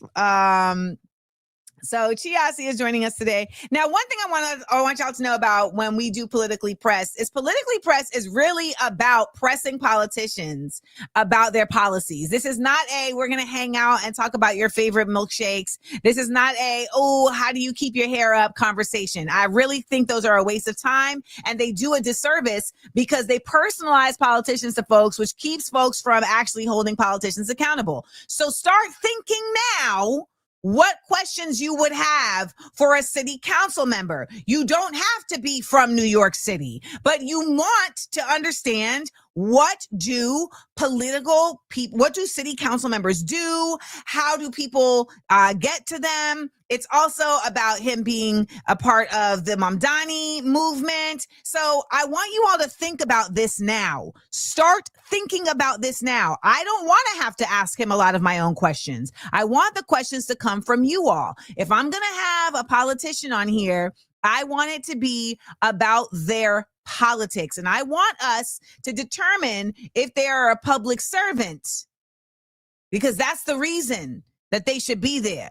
So if anybody is curious about where I'm coming from, that's where I'm coming from. Okay. So remember, you're still going to address him as, you know, Representative Osse or City Council Member Osse or Mr. Osse. We give that respect, but we are not doing the let's hang out interview. That's not, or else I would have just kept it at Level Us Up or Ambassador of the Week. No, this is a particular segment because we need to be asking particular questions to these folks. All right. That's the questions that we should have for these folks. I think this is a great question. Mel Moments question, should capitalism exist? Yes, I think that's a great question. All right. And this is also a younger person. All right. Chi Osse is a younger person. He's a member of the LGBTQIA plus community. He's a brother. So, you know, there's entry points here for definitely very, for a myriad of questions. Okay. So I'm just saying, don't waste your energy with asking like, so do you like dogs or cats? When I see those interviews with politicians, I want to fight people. Like, it's like, this is absolutely no shade to Keke Palmer, but I know that when they sent Kamala over to Keke Palmer, they definitely probably said, okay, well, you can only ask her these questions. And it ended up being a sister girl interview, which is just not really what's needed from somebody running for flipping president. Right? But I'm sure that they placed limitations on what she could ask, and that was what they wanted. They wanted a sister. And who better to do a sister girl interview with than the sister girl, Keke? Keke is a sister girl. Who better? So they picked the right one. But it's just that, you know, that's all they did. You know, by the way, somebody was like, Amanda's like obsessed with Barack Obama. She's like obsessed with Kamala Harris. I'm obsessed with history. I'm obsessed with figuring out how we got here. How did we get here? I didn't take enough of a breath before I sang that. Let me try it again. How did we get here? I still didn't. I need to stand up. But honestly, like, I'm also obsessed with Black people falling for, oh, they Black. That just, it really gets my goat. It really gets my goat. So I just feel like when people say that, they're just trying to trigger me. They're just trying to trigger me. This week on Small Doses Podcast, we have side effects of intuition. Now, this is going to be two white women on this screen. I'm going to explain everything. But first, I want y'all are like, wait, what? But first, I want y'all to watch the clip and just listen. Just listen. The biggest misconception that you two feel people have about intuition. That intuition is just a nudge. Intuition is more than a nudge. It is your deepest form of wisdom. Intuition is how we unlearn the conditions of who we've been taught to be and remember who we were before the world told us who we should be. Nice. And for me, the misconception is that intuition is reserved for some and not others. And I feel that we all have a powerful intuition, but we just have not all accessed it the way we should. So what's one thing you said in this episode that you'll stand 10 toes down on? That intuition is an act of social rebellion. It's how we free ourselves from the conditions, and it's how we create progressive change in this world. So this ended up being a really interesting interview. Sometimes people will just reach out to be on Small Doses podcasts, their PR or whatever. It is very rare that I end up having them on because a lot of times they're vapid or it's like an actor or, like I remember somebody reached out and was like, this person's book is about how we can have ethical capitalism. And I wrote back to their publicist and I said, there is no such thing as ethical capitalism. Why is she writing an entire book about a lie? Like, what are you talking about? So, this was a unique one because the word intuition really popped out at me. And when I Googled or DuckDuckGo'd, I saw that these two individuals, they have the Intuitive Psychology Association, and basically they're an accredited life coaching organization, and they put people through this 6-week process, blah, blah, blah, blah, blah. But what really intrigued me was just seeing intuition grounded as something very real and tangible and not woo-woo. And so I said, yeah, let's do it. And they weren't American. So I was also curious because they're from across the pond, as you heard, a Scottish accent and an Irish accent. And Jill, the Irish woman there, she is not just Irish. She's from Northern Ireland. She's from Belfast. All right. And that's a very different experience of being Irish. All right. She's a revolution baby from the resistance. She actually talks about it in the interview. I'm working on my Irish accent. She actually talks about it in the interview about how she comes from the era after everything was getting really crazy. And that she, is from that time in Ireland, and they have a very different kind of mindset than other parts of Ireland. But to be from Belfast is not any small feat. The Troubles, that's what it was. The Troubles. So she said, don't sometimes it gets a little Bobby's world. But she said, that coming from Ireland and Belfast, there's also a real deep, rich connection to the Irish, the Irish and the history of Ireland and their spirituality and the indigeneity of the Irish, which is very grounded in not just their language and protecting their language, as we've learned from kneecap, but also from the stories and the fairies and the unique understanding of their histories. So I think it's really unique what they're talking about here. I can't do a Scottish accent. A Scottish accent is a Scottish accent is a lot harder. I feel like I'm doing a lot of work when I try to do a Scottish accent. And it really, to me, just, see, it starts getting Irish. It sounds more like I'm just impersonating Mike Myers, impersonating his father in the movie So I Married an Axe Murderer. That's essentially what it sounds like when I try to do a Scottish accent. And yes, my shoulders, it becomes like a whole physical experience. Glasgow, Edinburgh. Yes, I'm impersonating Shrek. That's yes, I'm impersonating Shrek. Which is also Mike Myers impersonating his father. Yes. So, Scrooge McDuck. Exactly. So, but I like an Irish accent. I've gotten a lot better at an Irish accent because I've watched a lot of content, a lot of movies with folks that are Irish. And so once you do that and you're listening, my autism just picks up on it. That, see right there, that it got British. See how it got British? See, that's the thing. It will be like one word will just take you over to another one. It's like, but how did we get here? Because I wasn't doing it. I wasn't doing a British accent, and now I'm over here. So it's a little tricky. It's tricky.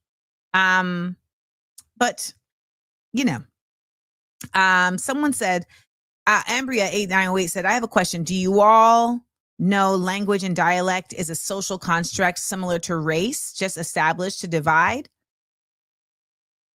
I'm sure there's been research on this, but I don't know that it's been I wouldn't say that it's been established to divide as much as it's been used to divide, right?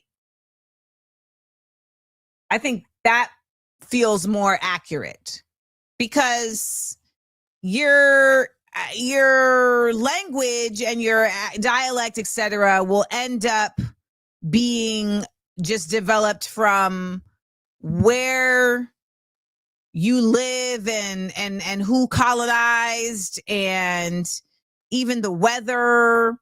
Like, I know I saw something that said that like there's certain parts of China where their way of speaking is softer than other parts, or was it Japan? Their way of speaking is softer than other parts because of the weather. Like literally how the weather was during those times would like, change how you say words because it's colder or something like that. And then there was like something about the rice. So like there's like all these, it was China. Okay, it was China. So there's like all these different things that affect like the way that we say things, right? And the reason why things happen. I mean, when you're listening to people in New Orleans, you're like, is this the United States? Because they giving you a whole thing. When you listen to people in Boston, like real Bostonians, you're like, is this the United States? The Northeastern, like like that's a whole accent. It's wicked hot. Wicked hot. You're like, what is this? And it's so like specific.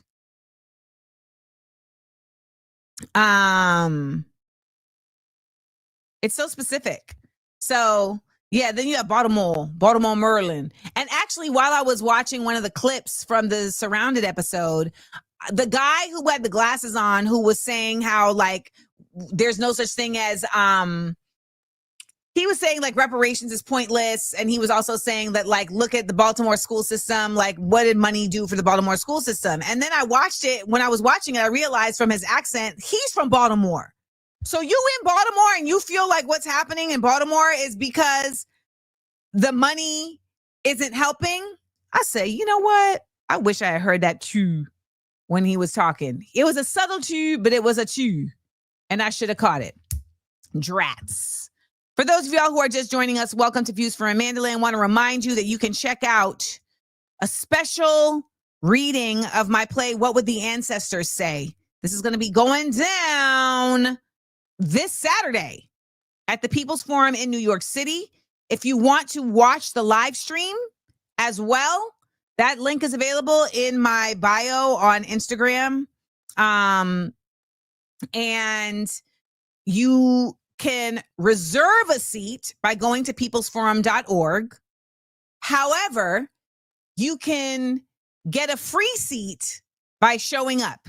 So reserved seats are only available with a donation to the People's Forum, and free seats, you got to line up. All right. But I want you to know that this is going to be an experience. Get ready. Hang on to your hats, folks. Because I've been writing. And when I tell you your girl, I'm that girl. I'm just saying. I'm that girl. I'm very, very proud of what I'm writing. You know how on the internet, y'all like to say, this is you did your big one? I think I did my big one. I think I'm doing my big one. Yeah, I think I'm doing my big one. Also want to remind you that the AmandaLand Summit is coming up in New York City, September 19th and the 21st. We are closed for registrations, I believe. But we are going to have events that you can attend, even if you did not register for the entire weekend. One of those events is Cracking Up the System. It is my baby where I am using comedy to engage folks in organizing, to engage folks in social justice. And we are combining comedians Davidson Boswell and Christina Brown, who you have seen right here. And they are going to be talking in conversation with Claudia de la Cruz and Angie Langdon, who are veteran organizers. And I suggest that you all go them all, go on Instagram, look up all of them. If you are going to be attending in person, it's $10. That donation, that ticket cost is going to be split between me and the TPF. Same with the $5 live stream. Under 18 is free attendance. So I really encourage you, and I hope that you will bring your young people with you, because it's going to be a great time. It's going to be a great time. I will also have a store, a little pop-up shop set up of the AmandaLand exports site. So you'll be able to get a lot of cool stuff, There is no online fee for the online viewing of the show on the 6th. There is no online fee. Now, later that day, I'll also be doing I'll be doing Views from AmandaLand live, and that ticket will also be $10 or $5 for a live stream. So looking forward to you guys joining. And if you're asking, well, why are you charging? Well, listen, I do a lot of free stuff, and that is by design. I am doing the summit out of pocket. Okay? This summit is coming completely out of pocket. I'm about $4,000 away from breaking even. I am not interested in profiting from it, but it would be great to break even. So if you are interested in donating, you can go to AmandaSeals.com. Go to AmandaSeals.com and you can donate and support. Okay. So thank you guys. And shout out to everybody who is actually going to be taking part in the summit for the weekend. We're going to have a great time. And I'm really excited about what we have put together for a program. You know, I think it's going to be really changing. It's going to be really changing and energy changing. Hold on one second. You know, when someone texts you and you just cannot keep, you just can't keep going without responding to them. So I did it. All right. Hold on one second. I think I got to get a new cord, because this, I don't know why this is like buzzing, but it's really annoying. So let's get into our Black Current news. You know, there's a lot going on out here. Actually, before we do that, let's have just like a moment. Let's just have like a moment. How black do you feel today? Hey. So last Saturday, we celebrated the life of Fred Hampton on his birthday. Fred Hampton, of course, Chairman Fred Hampton of the Chicago chapter of the Black Panthers, who was gunned down in his home at 21 years old. And Fred Hampton was really a threat to the FBI and to the movement towards getting the Civil Rights Act. So basically what a lot of people don't understand is that like the time frame between the Civil Rights Act of 1964, the Voting Rights Act of 1965, the Fair Housing Act of 1968, all of those things happened. And then shortly thereafter, we saw the birth of the Black Arts Movement. We saw the birth of the Black Panther Movement. We saw the birth of the Black Power Movement. And so basically in a very short amount of time, what happened was Black people, we also saw the college movement of Black folks demanding ethnic studies at their colleges, demanding to have organizations that represent their ethnicity at their colleges, right? And so what we saw during that very short time was Black people being awakened and empowered. This, of course, was problematic to the United States that only sees Black people for use of labor. What Fred Hampton did was he was very integral in carrying forth the Black Panthers' mission of coalition building, and was doing so in Chicago by connecting with other groups in Chicago that represented other ethnicities and other like white folks that are economically disenfranchised, etc. And so that's why he was such a threat. How Black do I feel today? I feel Fred Hampton Black. Not a racist organization because we understand that racism is an excuse used for capitalism, and we know that racism is just a byproduct of capitalism. If we don't hate the motherfucking white people, we hate the oppressor, whether he be white, black, brown, or yellow. We're gonna fight racism, not with racism, but we're gonna fight with solidarity. We said we're not gonna fight capitalism with black capitalism, but we're going to fight it with socialism. Everything would be all right if everything was put back in the hands of the people, and we're gonna have to put it back in the hands of the people. And these people in this class have divided themselves. They say, I'm black and I hate white people. I'm white and I hate black people. I'm Latin American and I hate hillbillies. I'm hillbilly and I hate Indians. So we fight amongst each other. Nothing's more important than stopping fascism, because fascism will stop us all. That's the people's thing. Socialism is the people. Yourself. If you're afraid of socialism, you're afraid of yourself. One of my real hopes for all of you is that you will make it your business to increase your knowledge about socialism. Really, really hope that you all will make it your business to do so. One of the great resources out there that I feel like is a really like fun read, but also just one of those things that helps to simplify. You know, it helps to simplify the concept of socialism is the book, damn it, Malika. Hold on, I got it for you.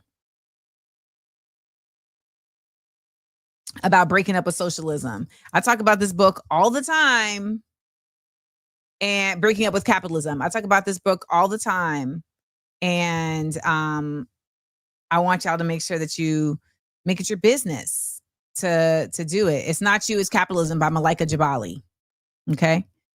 It's Not You, It's Capitalism by Malika Jabali. I talk about this book all the time because I think that when you're learning something like this and you're coming at it from like 0 to 60, it can feel like, dang, like this is too dense. This is just over, it's like over my head. And so she does a really good job right here of breaking it down for you in a way that's fun, in a way that's easy to grasp, in a way that also helps to contextualize it with what you already know, which is capitalism. So you're learning about capitalism at the same time that you're learning about socialism, because baby, what you don't know about capitalism is hurting you. Okay? It's hurting you. And you know, also when you start talking about socialism, you, by the way, become like the friend who was an addict and then got clean. And now or like the friend who went to therapy and now you're always therapizing everybody. And it's annoying to people, but they're going to have to get used to it. Like my circle now, like I will proceed with like, okay, this is a capitalist thought, but, or I'll be like, let me go back to my capitalism space where I got to go make some money now. Or I'll be like, that's capitalism. No, I am not engaging in capitalism. And here's a great resource right here. Siren Loser says, I would recommend Solidarity Cinemas. They have a database of free movies that focus on liberation. I did not even know about that, but I'm going to look them up because I would love to have them on the show. Solidarity Cinemas. Now, if anybody has any suggestions for guests for the show, we are taking suggestions, okay? We are taking suggestions, so please email your suggestions and a contact. So this is the thing. Sometimes y'all be like, you should have so-and-so on the show. And I'm just like, okay, but like, I don't know how to get in touch with them. So, Hamid, let me tell you about something about Hamid.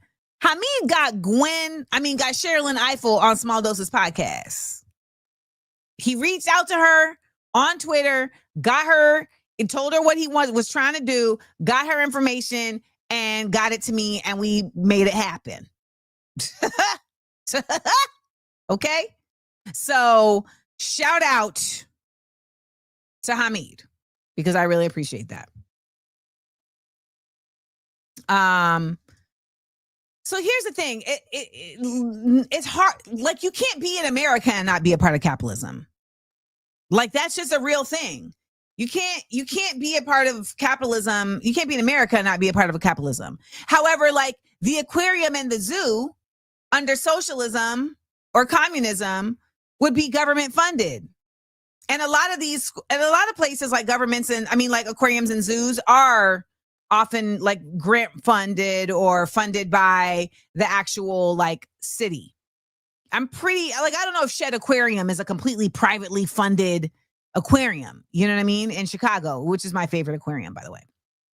So when we talk about not being about capitalism, it's more so about just having a mindfulness about where it is existing and whenever possible, not engaging, because it's simply not really possible here in the United States. Like, I know, like, you know, I kind of like missed the planting season this year, but I really, really, really hope that I get to like grow my own fruits and stuff next year. I hope so. My mom just texted me and said Mark Lamont Hill gave me strong friend support on a show. I don't know what that means, but that doesn't surprise me. Shout out to Mark. All right. Let's get into our Black Curate News. Black Curate News. Politics. Black Curate News. Pop culture. Black Curate News. Sports. Black Curate News. Justice.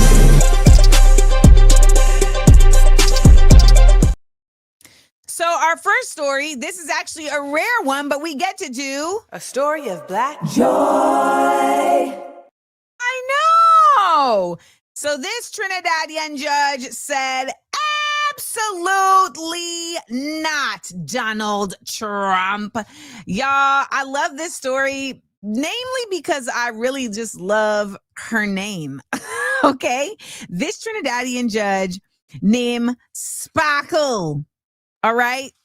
Do you understand having the name Sparkle? How cool that is? Hold on. I'm missing my papers.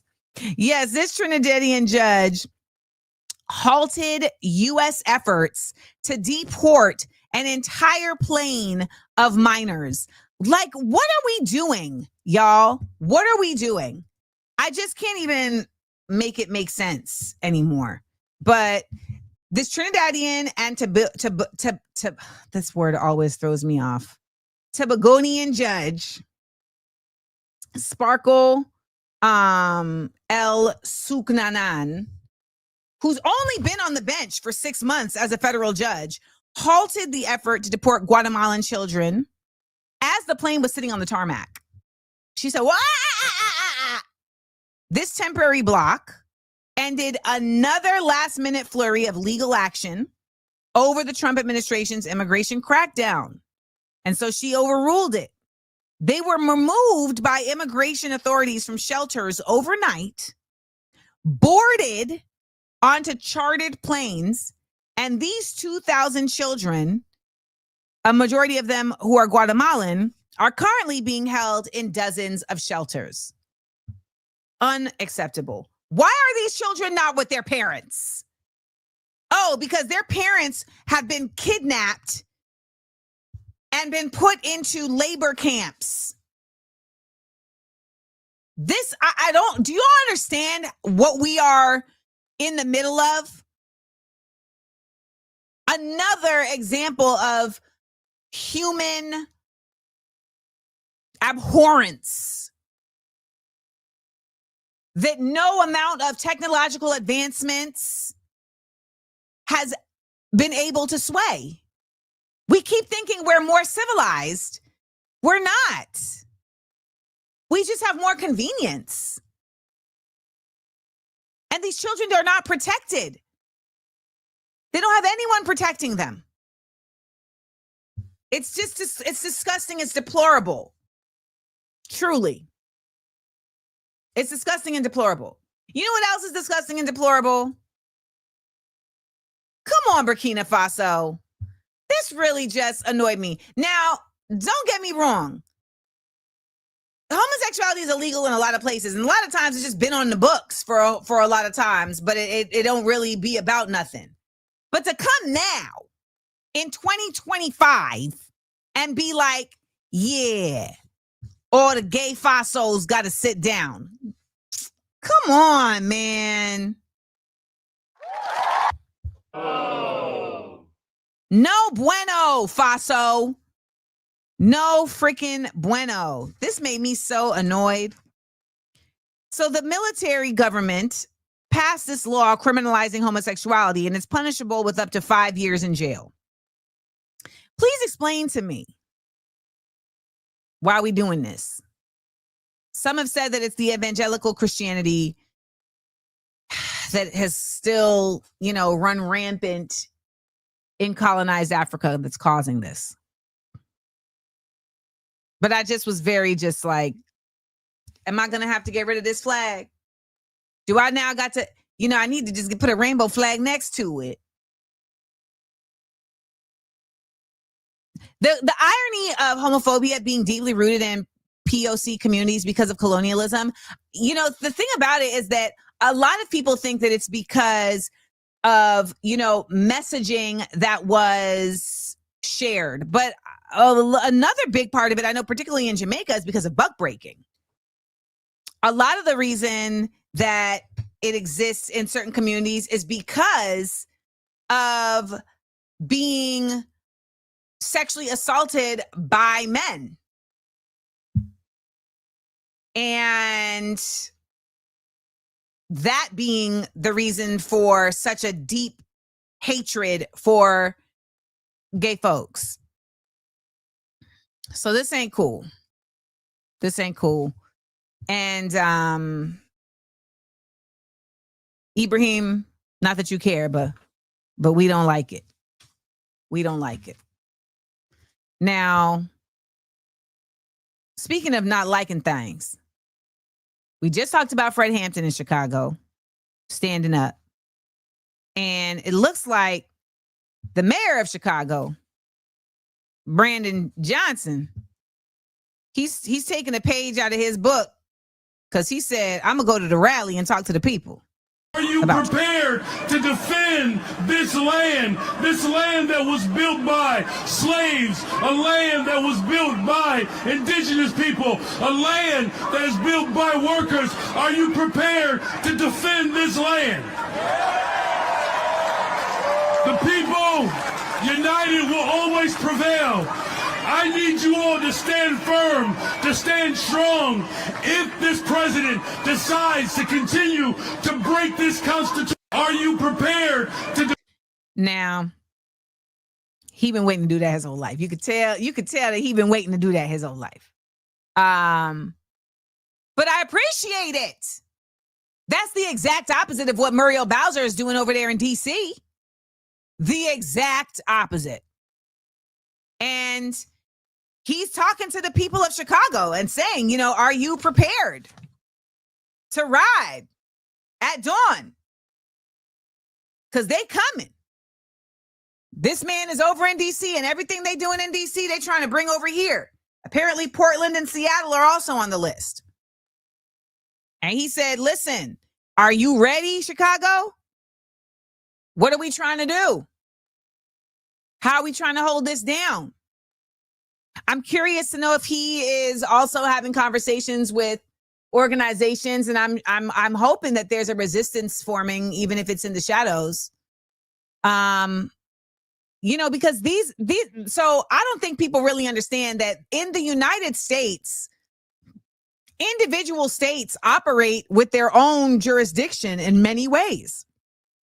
And I think I read something earlier today that was saying that in fascism, like it is actually like a common practice that the first thing you do is militarize the actual capital city, and then you spread out from there. So that's what's happening. Now, why they're going all the way to Chicago instead of, starting there and then going to Baltimore, Virginia, like places like that, and spreading out, from the nucleus is beyond me. But I feel like if there's more to it, I would love to know. Now, Elijah. So we did have an after show last week, y'all, while I was doing the Patreon after show. So for those who don't know, we do an after show directly after Views from AmandaLand, where we have people from Patreon. We all get on Zoom and we talk about the show. And we talk about what we liked, didn't like, what we learned, didn't know. We, basically y'all just talk to each other. I don't even have to be there. I learned last week because while I was sitting here during the after show, I heard something hit the side of the house, and y'all, I thought that it was a tree falling on the house. My Patreon is $5, Isaiah. I thought a tree had landed on the house, y'all, and my internet said goodbye, and I ran outside and was like, what's happening? Apparently a truck had clipped my internet wire. Just like that. I didn't have internet for 24 hours. And let me tell y'all, that is not really an issue when it comes to looking at the internets. That wasn't the issue. But not being able to watch TV when I wanted to watch TV. Yeah. That was rough. And I started to beat myself up and say, oh my God, you're being so American. And then I remembered, no. Because when you went to Togo, you was in a village in the mountains. And they didn't have much. But they was watching that TV. Okay? They didn't have much. But they was watching that TV. I got to go meet the tribal leader. The chief. That man was sitting right there watching that TV. Okay? So sometimes, I have put up a sentence on my Substack that I promise you a lot of people did not understand. And I said, I was at the grocery store and found myself being picky about apples and never felt more American. And I know folks didn't really grasp what I was saying there. But what I was saying was that at a time when we are seeing starvation in Sudan, we are seeing starvation in Gaza. We are seeing starvation in Congo. We're seeing starvation in Mississippi. At a time when there is food insecurity for no goddamn reason, largely in part because of these billionaires who are, many of them based in the United States. It is so privileged of me to be picky about apples that were picked for me and placed in front of me in a grocery store. That's what I meant by that. Well, shout out to Chicago. Chi-Town, Chi-Town ain't backing down. Chi-Town is not, they not that girl. They not that girl. Chi-Town is not casual. Okay? And the YNs in Chi-Town, I feel like they looking for an actual reason to turn up that isn't involved with harming each other. Now we have our guests coming later. So we're going to actually get into our critical thinking exercise right now.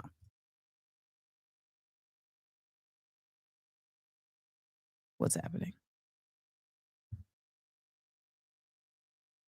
Why isn't it happening?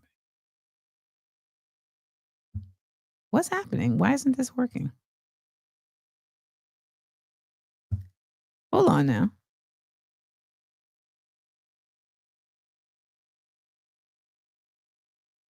Hold on. Why?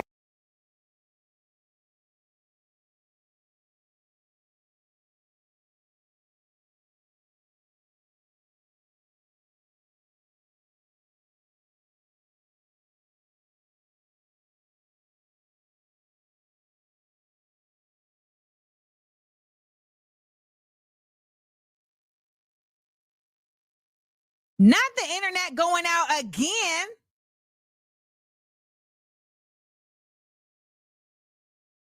The ops. Let's get into our critical thinking exercise.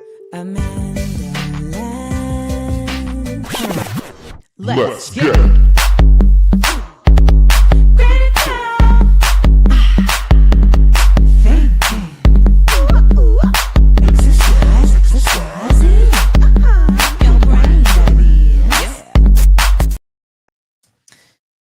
All right, let's talk about it. Today's critical thinking exercise is all about what is dark money. What is dark money? Now, this has been a really big topic as of late because there was an article that came out in Wired that named a particular group of Democrat influencers and said that they were taking dark money. So I think for a lot of people, they think dark money is simply just under the table money. However, that is not the case. Dark money is specifically money that is used clandestinely to sway elections. Somebody look up clandestine.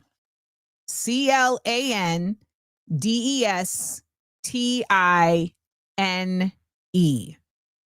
Clandestine. So when we talk about money being used to sway elections, I think we can also admit that it is not as straightforward as just, oh, you made a donation on the Lowski Woski. Because we know that when it comes to elections, there are so many ways to provide dark money in different sectors of elections, right? So we can't simply just nail it down to that one singular context. I do want to also point out that this is a very specific thing to the United States, the dark money as it is named. And it is referring to not just the spending of money in elections, but also public policy, political discourse. And when the money is not disclosed to the public, that's where the term dark money comes from, because it is, of course, hidden. Now, you might ask, well, why is this a problem? Surreptitiously, Song Sanim, great word. You may ask, why is this a problem if it's hidden? Well, in some contexts, it's a problem because it's a bribe, which is corruption. In some contexts, it's a problem because it is essentially giving a company or an oligarch power to control the ways in which industries are operating. In another instance, it is problematic because it is manipulating the people. It's propaganda. Now, I don't think anybody would argue that there has been an overwhelming amount of right-wing MAGA voices all over the digital space. We've been seeing this since 2020.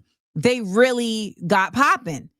Along with that, you have Fox News, and then you have people that had been there forever, whether it was Alex Jones or what's the guy, Rush Limbaugh, who died? Like, these people have been in the talk radio space, spewing this propaganda for quite some time. And you cannot tell me that they were not taking dark money.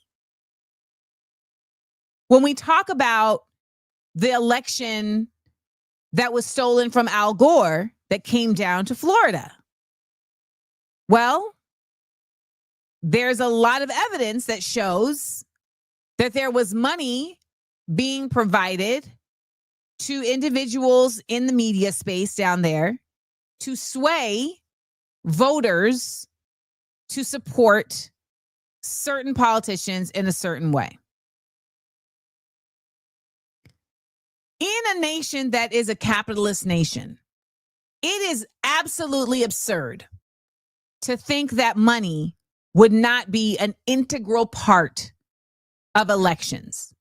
So much so that it feels nonsensical for people to think that elections are 100% fair and just.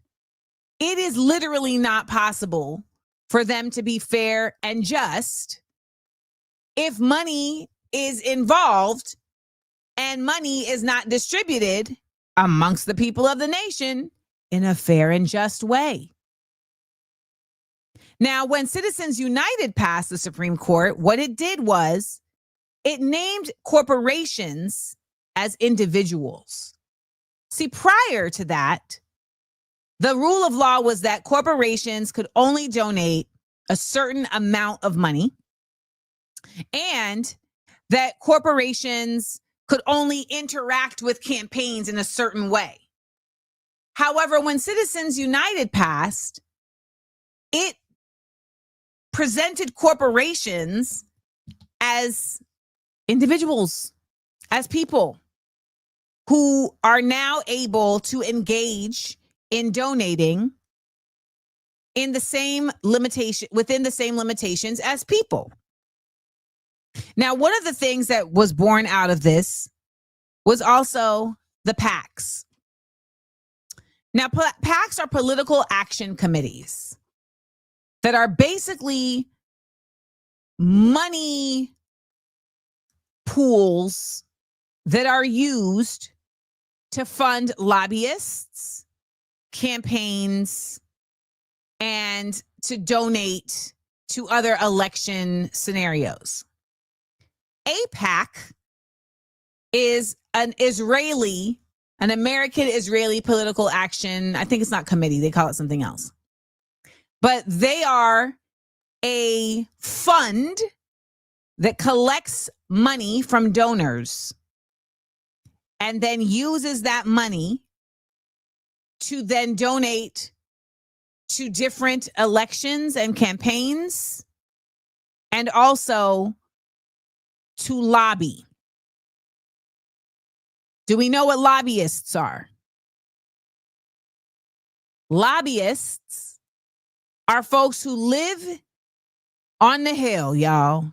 They are the folks who are always in these offices talking to your senators and your representatives about what they would like to see them pass when they are on their committees in Congress.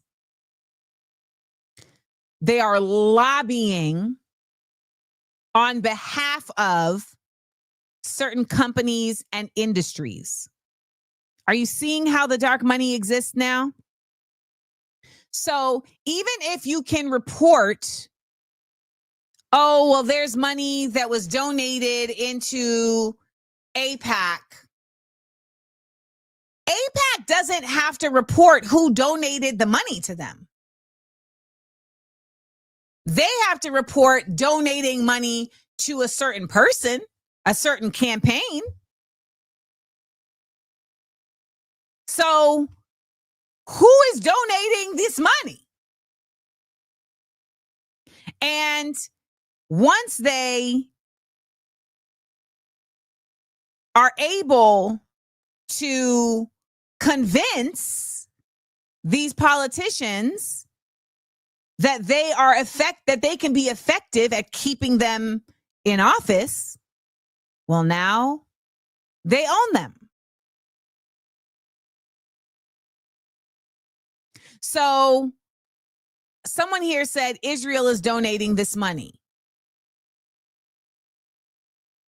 I would push back on that to say Israelis are donating this money.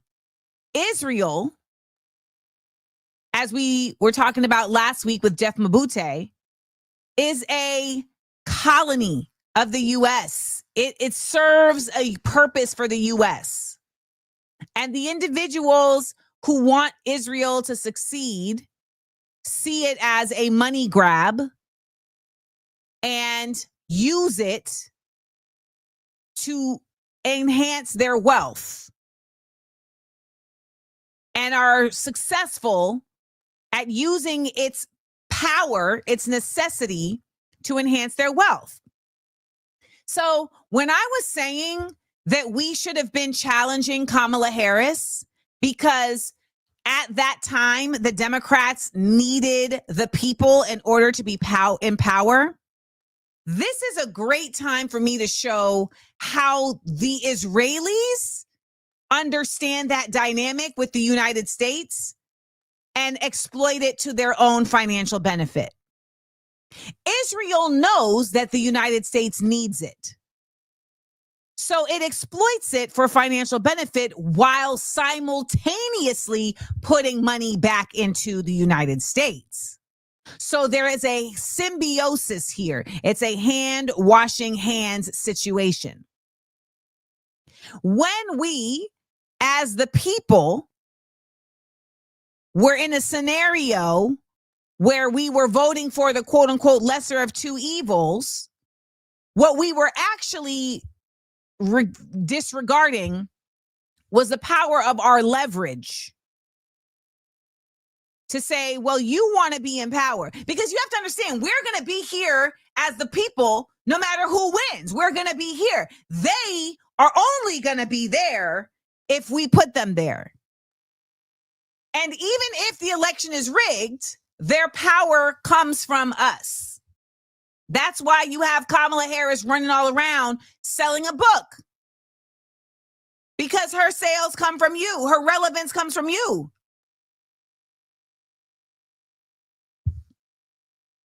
So had we understood that dynamic in the way that Israelis understand that dynamic with the United States, we would have said, if you give us what we want, we will give you what you want. If you go in there, if you campaign on policies that are going to be in support of us, we will make sure to show up for you. And that makes everybody happy. Dark money at this point is really the only money that matters in U.S. politics, because that is the money that is making the United States go round. You think Open Secrets is catching every dollar that goes through? No. And it's always been this way. You watch the movie Lincoln that I watched this week and I had never watched it. You watch Lincoln and they say straight up, yeah, every bill passed through corruption. How else do you think these senators and congressmen make a living? Like, it's always been the case. That's it. So when we talk about the concept of dark money on the political level, we have to understand just how high it goes, how high it exists. I was actually very shocked to see people not realize that Barack Obama passing Obamacare, there's no version of that didn't involve dark money. I say this because it is what strengthened the insurance lobby. And the insurance lobby is only second to the oil lobby as the biggest lobby. The insurance lobby basically got plugged in to the American people in a way that was unprecedented. It made it so that everybody could get access to insurance if they bought into these insurance companies. And so now we're all roped in to this entire industry that got connected to us via the government.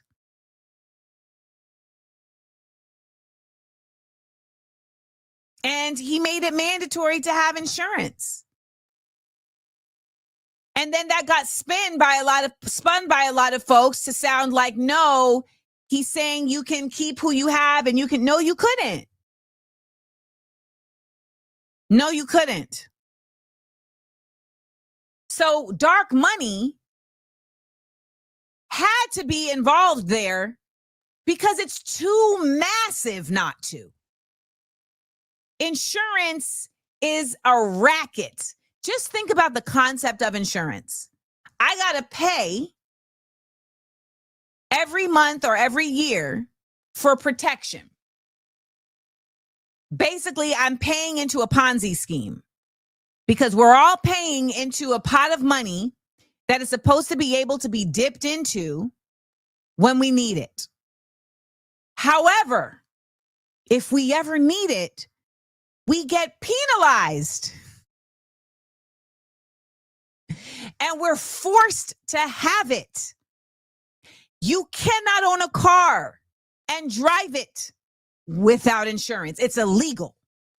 You cannot own a house without insurance. It's illegal. As a business owner, you can't have employees without insurance. It's illegal. I think that's a fair one. When I go to certain events and speaking engagements, they demand me to have insurance. And let me tell you why. Because at the end of the year as a business, the insurance company will audit your company to see if they actually needed to charge you more based on who you worked with and if they had insurance. Sit with that for a second.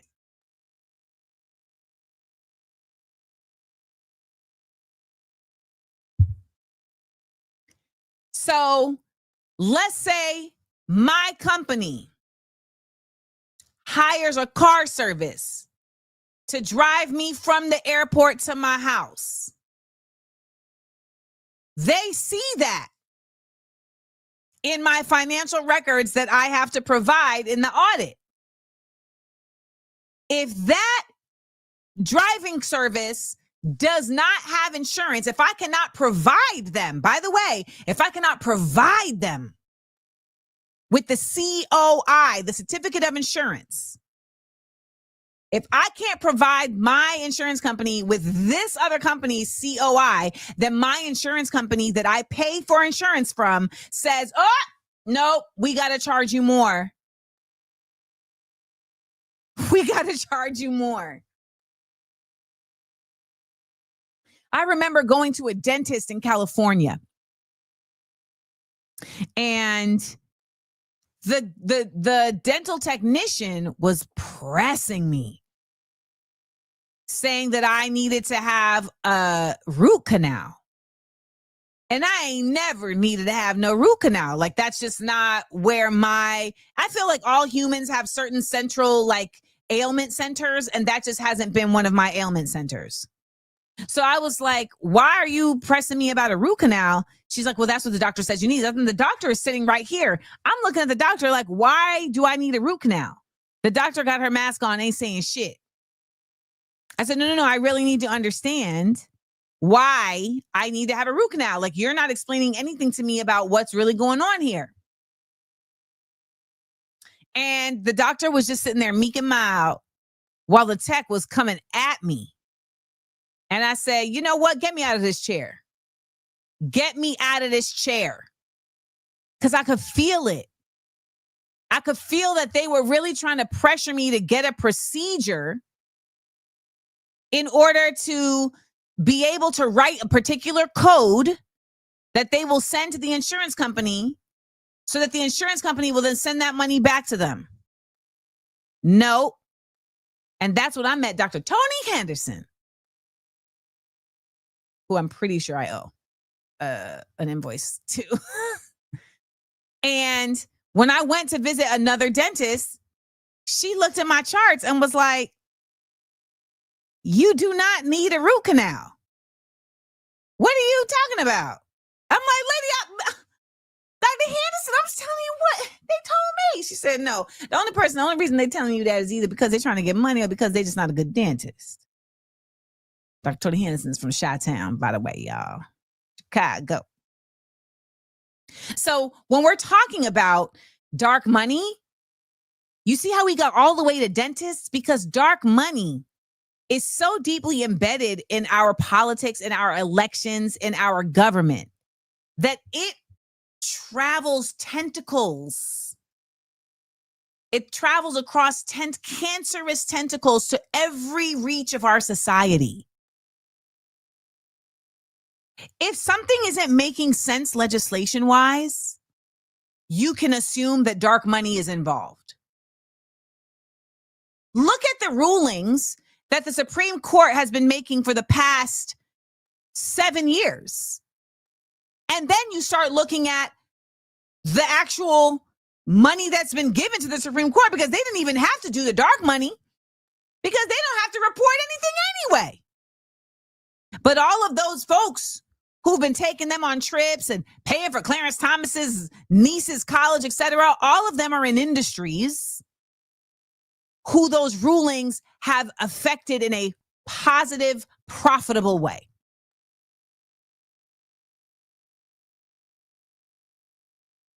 Which brings us back to the article that Taylor Lorenz wrote. In this article, she talks about how there was a group of influencers who were approached by a company called Chorus. Chorus, founded by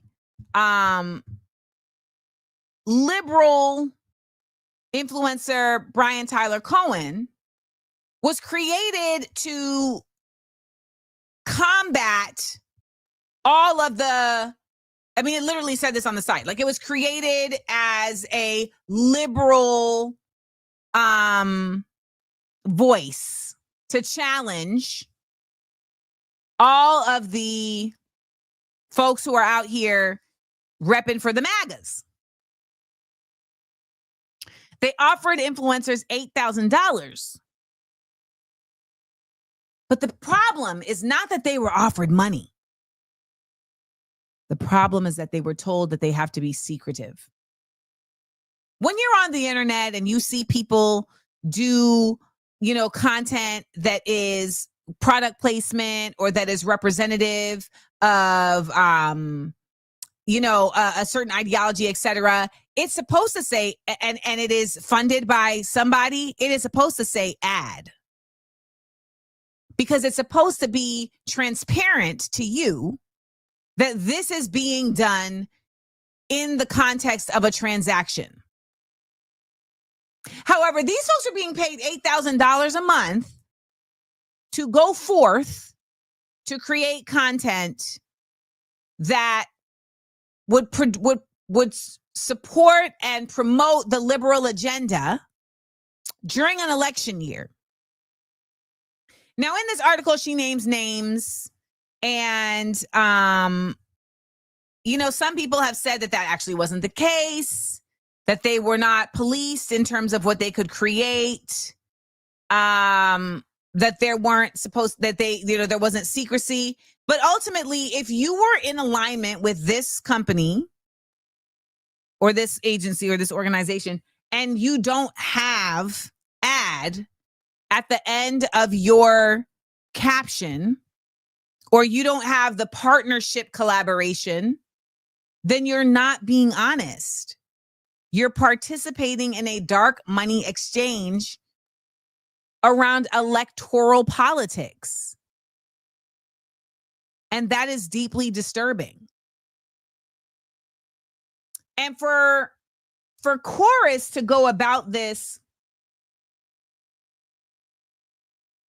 without acknowledging that basically you're just doing the same thing they're doing is beyond me.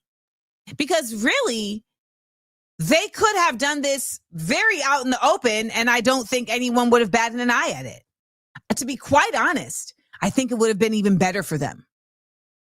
I think folks would have really rallied around them and said, oh, you guys are finally, liberals are actually kind of finally standing up.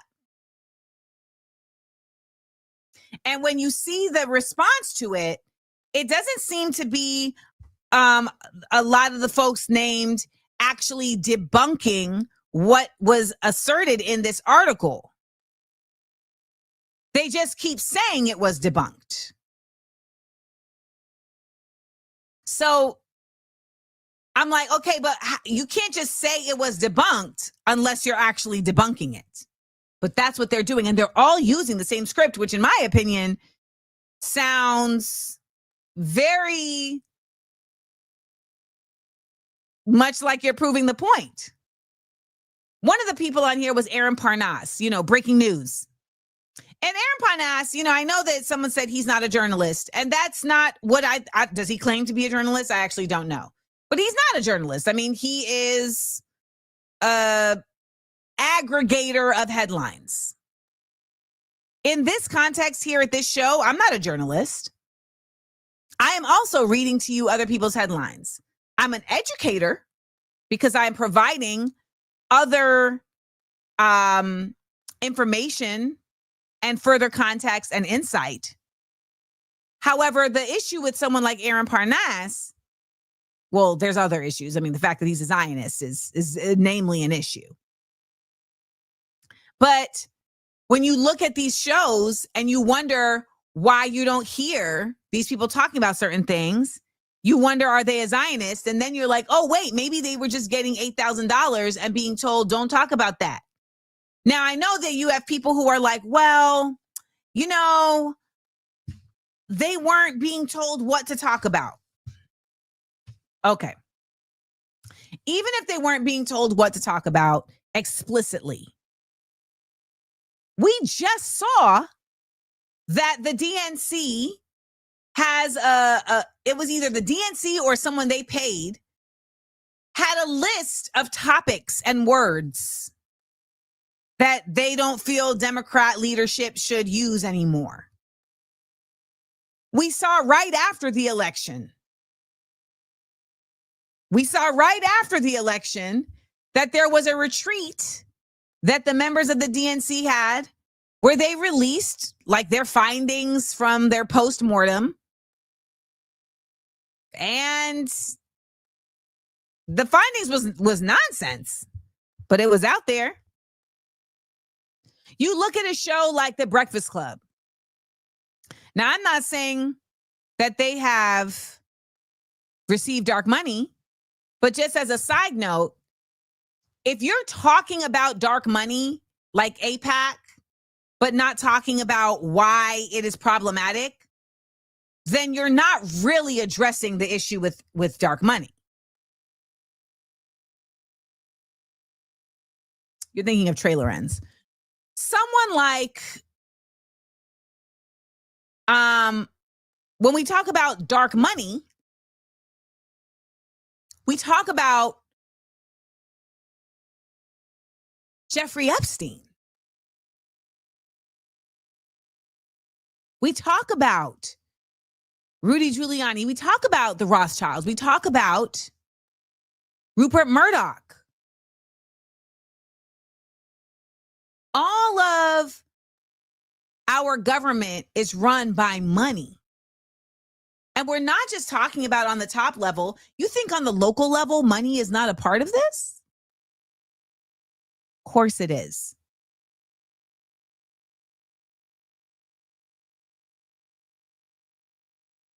Taylor Lorenz did not get money from the same funds in the same way. And I think it's really important to not spread falsehoods. The issue with dark money is saying is that it's not reported.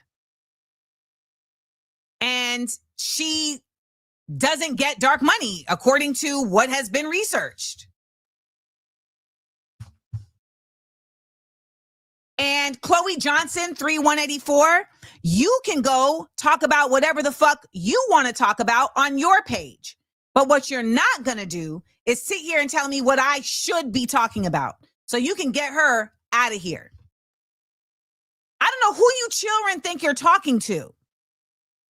I know that I have good skin because I drink water and because I don't smoke or do any drugs. But I am not you're not gonna talk to me like I'm your little friend. I'm not these influencers up here. I'm not. We're not the same.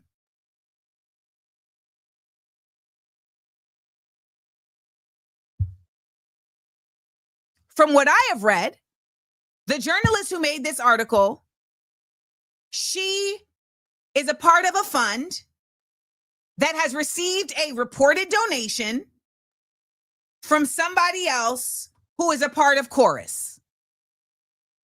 I am not sure how that is dark. That's not dark money.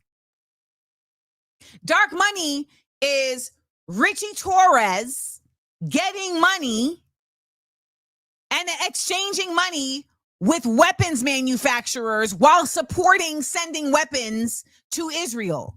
That's dark money. And let me be clear, even if she was getting dark money, it wouldn't change the fact that it's a problem that they were getting dark money. Okay? So I don't know why y'all are even trying to use that as some kind of point of irrelevance.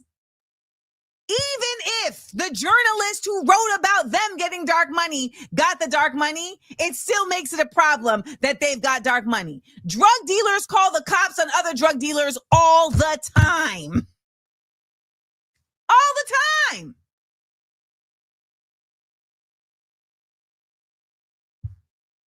So we can't simply just try to what about our way out of things.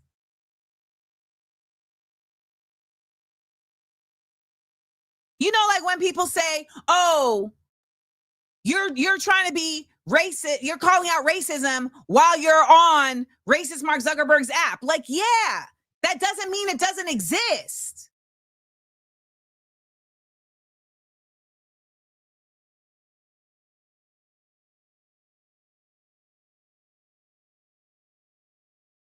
I don't know who Taylor Lorenz is.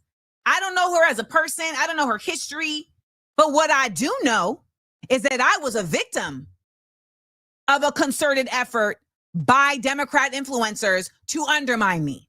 And ain't nobody out here that can convince me they were not paid to do so. Period. And let me also add, I was approached by a Democrat and asked, would I be willing to be a spokesperson for them? I said, no. You can pay me to consult, but no, I'm not going to be your face.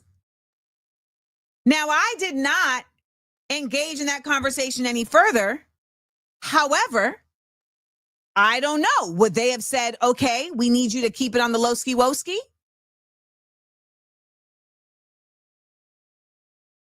Like, I was out here every day being silenced, being denigrated, being excoriated on this internet. And I was watching peers of mine do this. You know what was also fascinating was how many of them I know didn't get paid. They just wanted to be on the bandwagon. Yvette Nicole Brown. I bet you she didn't even get a check. But she was so pressed. She was so pressed to ride for the Democrats that she had the nerve to try to talk down to Mark Lamont Hill and throw my name in it. Girl, if you don't get the hell out of here, you are an actress. You are an actress. Relactress. Okay? Relactress. I'm getting mad just thinking about it.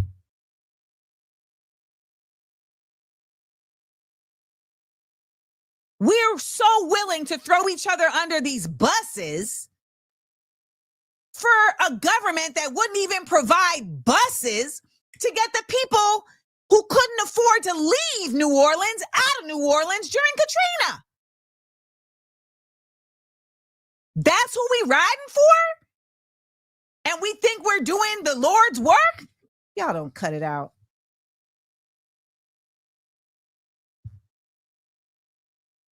I forgot the other girl name. She's the one who started it. She took a video that she took an interview that I did a year prior, chopped and screwed it, and put it into a context of Amanda Seales doesn't know what she's talking about, using clips that took place after I had even made the statement and that didn't even counteract my statement, which was, I don't like Kamala Harris, and I haven't since she said America is not a racist country. And then I would watch as other influencers went along with this. And then I saw them create a groundswell with this, because then it became like the cool thing to do to precede your video with, this is for Amanda Seales, because that would like pull the algorithm in.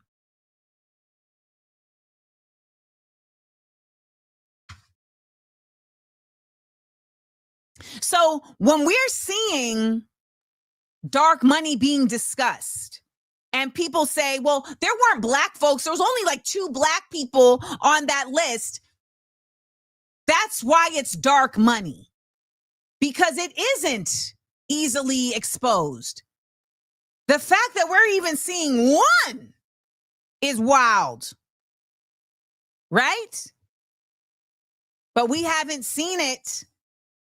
And just the same way that I said, when the Me Too movement reaches hip hop, it's going to undo everybody. When the dark money search reaches the Democrats, I hope that it really shows many of you who don't really understand that this whole government got to go.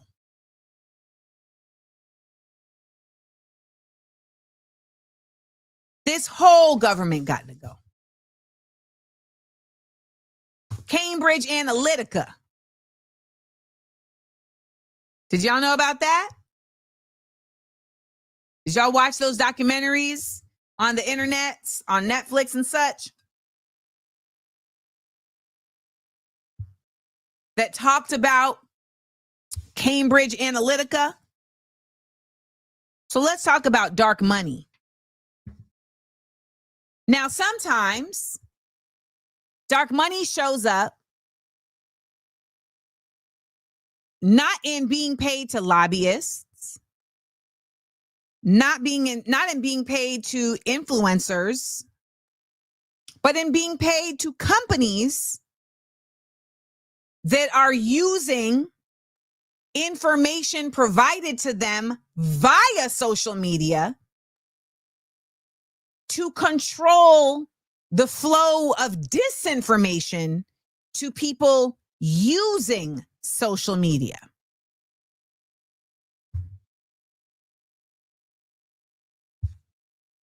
For instance, Cambridge Analytica, which was previously known as SCL USA, was a British political consulting firm that came to prominence through the Facebook Cambridge Analytica data scandal. I'm not sure if you remember this scandal, but it was when it came out that Facebook had actually sold your vital information to this company, Cambridge Analytica. And Cambridge Analytica, in the ownership of your information, was able to use it as an integral part of its value to anyone seeking its services. Now, by the way, this is very similar to what Ticketmaster and Live Nation do. Live Nation collects the information of people who buys its tickets, and then that ends up being its greatest value, because when you are trying to do a tour, etc., Live Nation is able to promote your tour via the channels of its huge database of individuals all over the nation. and what they have gathered in terms of what type of shows they go to, how often they go to shows, etc. So their marketing department is supposed to use that information to better and more efficiently promote your show in a way that is not really helpful, that's not really easy for you to do. Once the algorithms changed, particularly on Instagram, promoting a show was no longer easy. I remember when I was doing Smart Funny in Black in 2018, I had a residency at the Roxy on Sunset Boulevard in Los Angeles. I could put up just a graphic of the show, just a graphic, Smart Funny in Black, this Friday. I didn't even have to say who was going to be on the show. Let me tell y'all something. The show would sell out within 24 hours. Fast forward to the algorithm change, and I was not able to actually sell out the shows because I wasn't even able to get to my audience.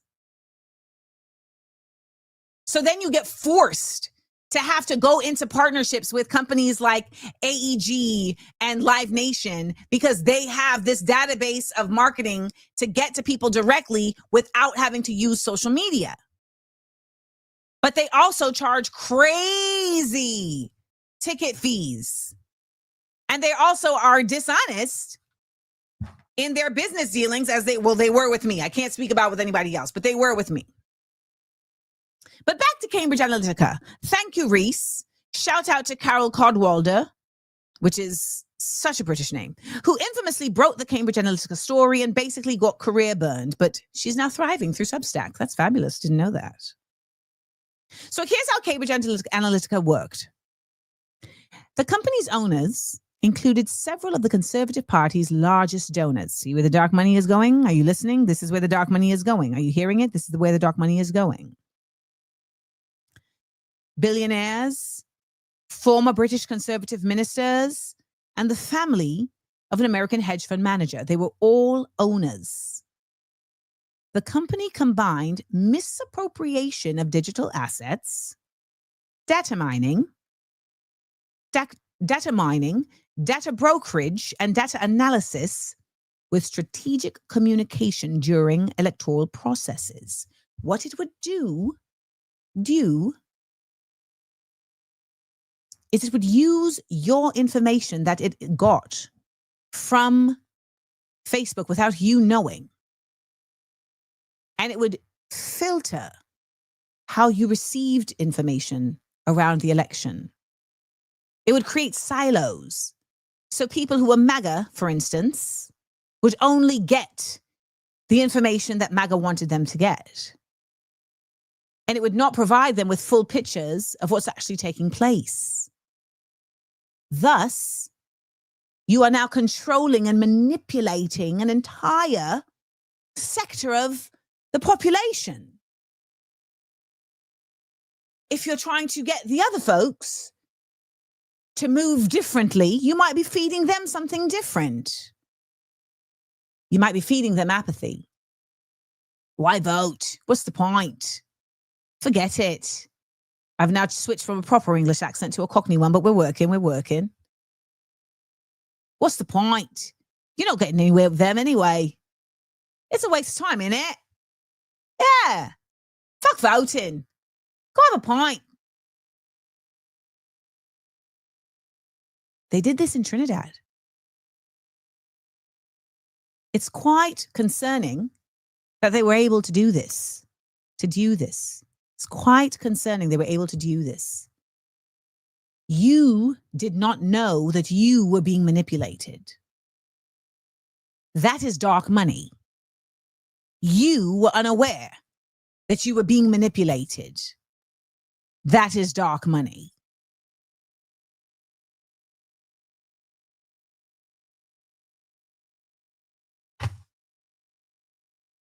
I want to make it very clear.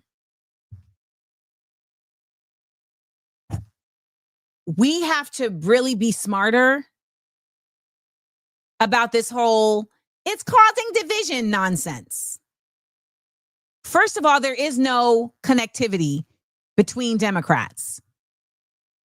And what I mean by that is that liberals are still folks that think of themselves. Liberals do not operate in a communal mindset. because they are willing to forsake members of their communities if it is going to disrupt their comfort. That is one of the tenets of liberalism. So when you see this idea of liberals saying, well, we shouldn't be talking about this right now because, miss me with that. It is always a good time to call out when politics is politicking. And in this era where we are coming to understand in a very loud way the difference between liberals and leftists, is I'm not in any way, shape, or form trying to say that leftists don't have critique to be done around us too. However, liberals are just polite racists. Yes, Iron Camellia. Liberals are still operating within the system to try to win the system. And like George Jackson said, if you are trying to win, then you've already lost. If you're trying to win within a system that doesn't even consider you, you already lost.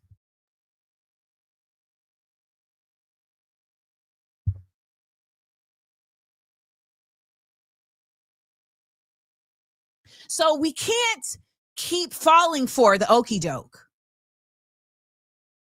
I don't care about why people are like, Trey Lorenz is this, Taylor Lorenz is this, Taylor Lorenz is that. Did those people take that money?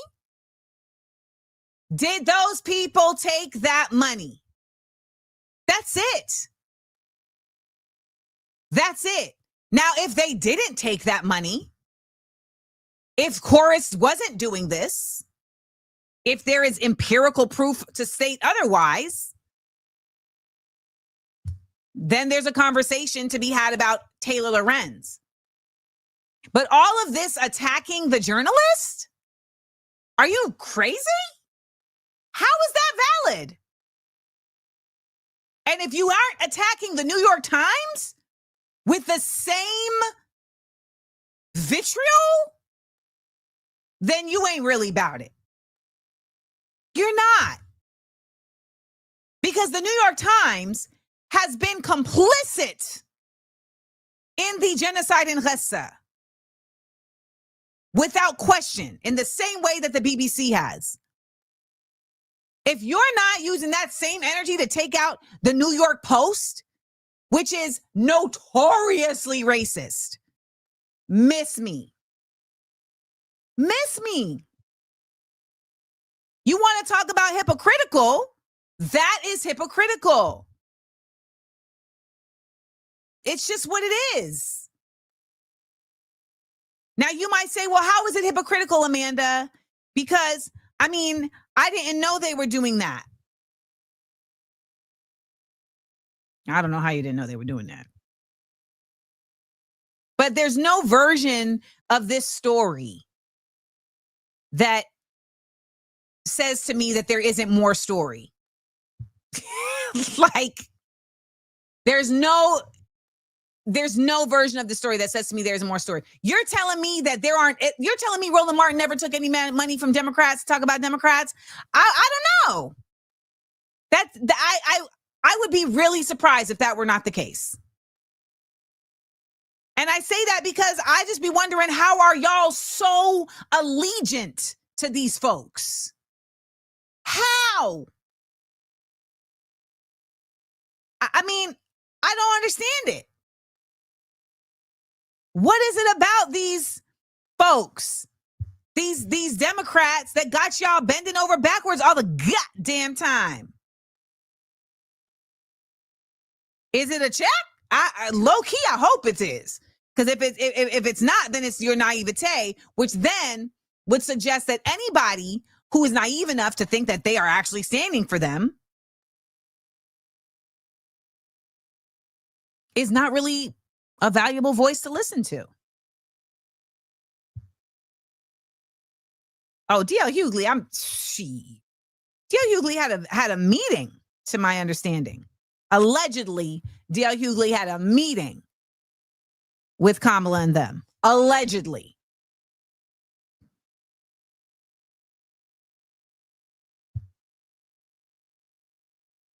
Well, I will say this. I'm not even saying that Roland Martin takes dark money.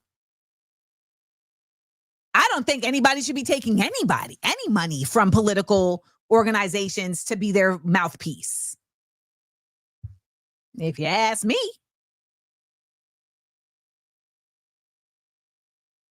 I don't think that is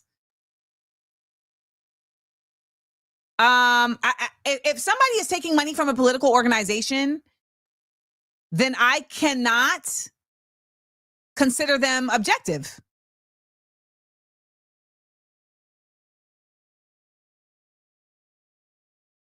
That's why I simply just don't endorse candidates. For everybody who was like, Amanda Seales should have endorsed Kamala, no, I will not endorse a candidate because I want you to know I'm objective. I want you to know that I am not bought. And I want you to know that I'm going to call out whoever needs to be called out because I'm calling from the House of the People, not from the White House. The people fund me.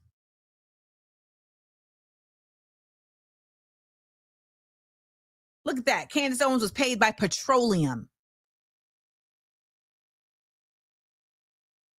Shit. The people fund me. That's also why it was time for me to leave Hollywood, because the only way I was going to be able to speak honestly and earnestly in the way that I need to do is to not have to rely on dollars coming from sources that I can't, vet. Now, I will say I'm sure that I have money in mutual funds that is funny style. I wouldn't be surprised because it's hard to even track these mutual funds and the way they move around. What did I just say? Someone just asked what I endorse Zohran Mamdani. What did I just say? What did I just say?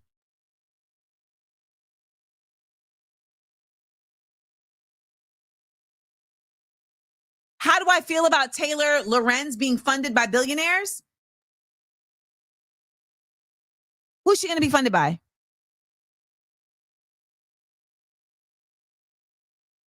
I don't know what that has to do with her saying it's not cool to take dark money. Now, if you're suggesting that the billionaires got her to write that article to bring down the Dems, well,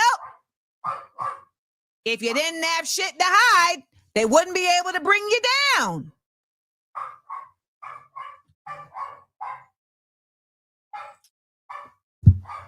That's FedEx. I'll be right back.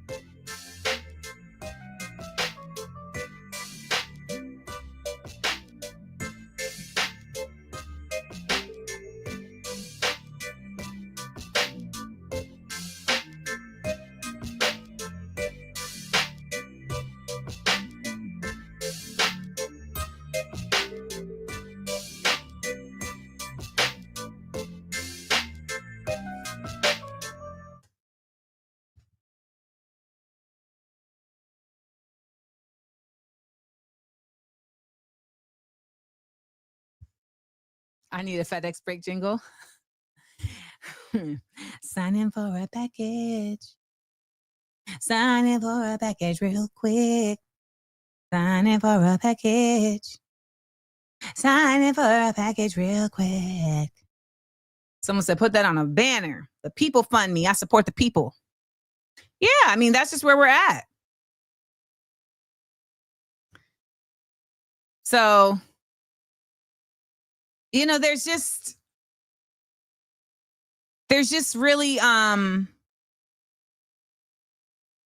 no way to be for the people and not talk about what's really happening out here. So apparently Taylor Lorenz is a racist. Unfortunately, that doesn't change the validity of the article.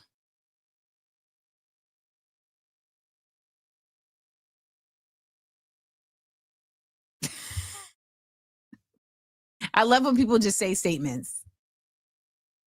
She's a racist. Okay. I don't know. I don't know, chick. Oh no, they said I'm a racist. Get this person out of here. I'm a racist. Amanda Seales is a racist.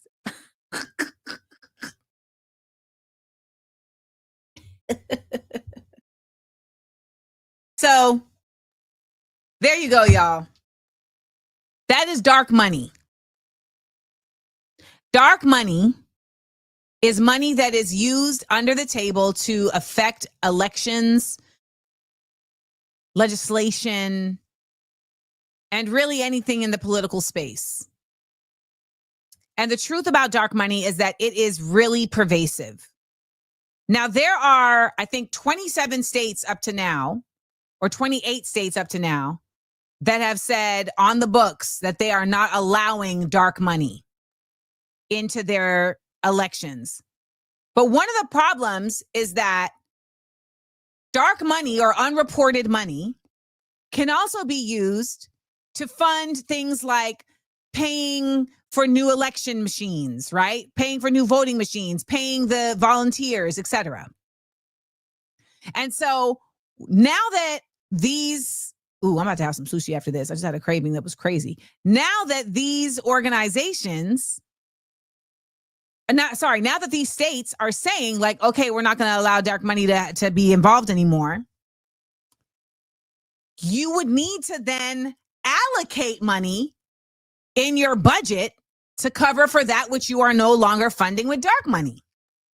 And apparently only one state, I think it's Wisconsin, only one state has done that. Or no, Pennsylvania, that's the state. Pennsylvania is the only state that has done that. So this is also another example of like, okay, y'all did it, y'all put it on the books, but how does it get enforced? How does it get enforced?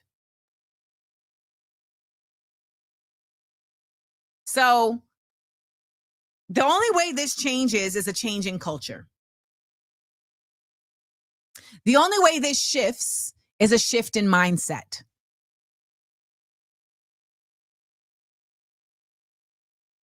And we know that the government as a whole is really made for a lot of folks that don't see ethics and morals and principles as a key component to them doing their job.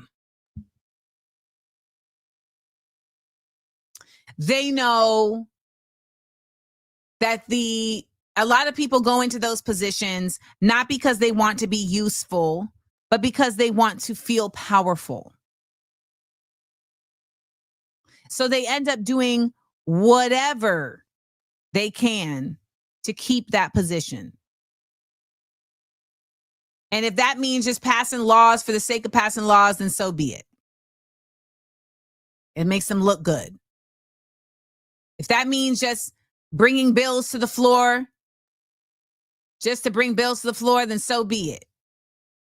Makes them look good. Makes them look like they're trying to do something. But the truth is, you're not whipping the votes. You're not able to get anything across the finish line. So are you really doing anything? No, you're not.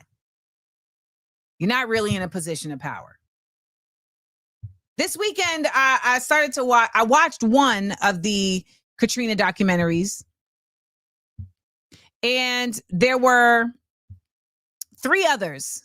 There's two others that people have told me to watch. Now, the first one was on Netflix, and it was called Come Hell or High Water. And, okay, wait, before I even go into this, what happens when you take dark money and then don't listen? Expose them after. Take the money and give them the finger. What can they actually do? It'll all be exposable. You see?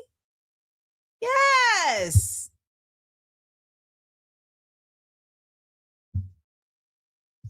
Yeah.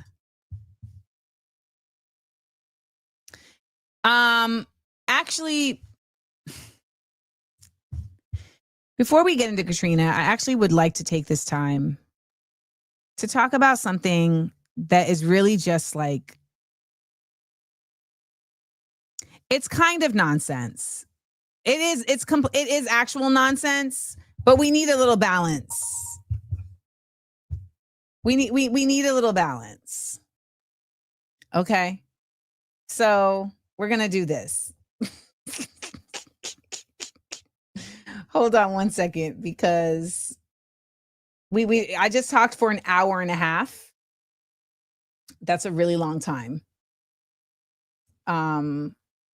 Okay. Here it is.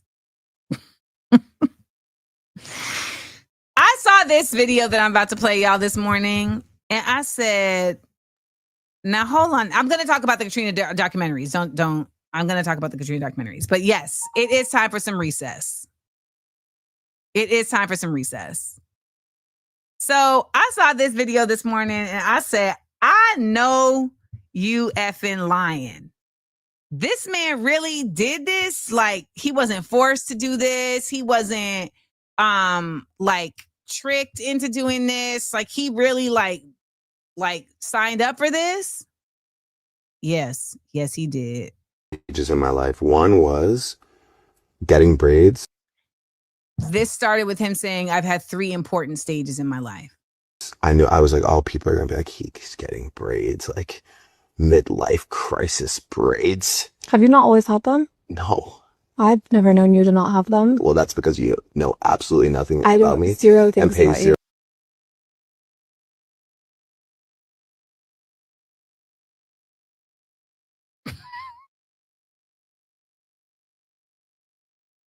Attention, so thank you. You're welcome. Lexi, who's way younger than you, knows that I haven't had braids for my entire life, right? Yeah. Lexi's great. I love Lexi. I do too. But I have not had braids for my entire life. And then I got a face tat, and I was like, oh, what is that? Midlife crisis face tat, they're gonna say.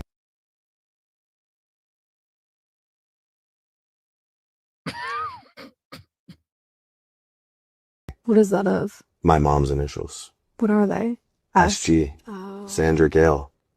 That's cute. So I was like, oh. What'd your mom think of that? She's a rowdy. She's a rowdy lady. So she actually got yadded up right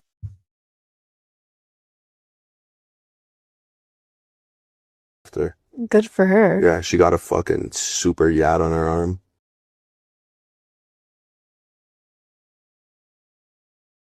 Amazing. What's the third thing? She got yadded down. Nails, hair. The third thing was the nails. I was like, oh, you know, What I was the like, first one? Tattoo, hair, nails. I was hanging out with Yachty, and like,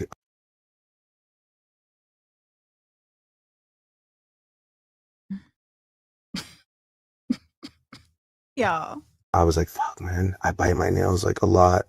I'm like, I want like nice nails, and he had nice nails. I was like, and he was like doing wild shit. Like, he would have them like painted and stuff, but he'd have like French manicures and all this shit. And I'd be like, it's such a nice trait, like, just to reach for something and see like nice nails. And then, but I was like, but I just went for it. I remember, like, I think I painted them like yellow and blue, and I'm like, I want somebody to say something negative to me about it, so I can just, like, it's like, I dare you to say anything about these fucking nails. Not on the internet, I just mean like in person. I was like, I hope somebody just gets active. Did anyone say something? No, they didn't. Just me? No, just you right now, how ugly they are. They are not without dying. it, yeah. I know, and damaged they are, by the way.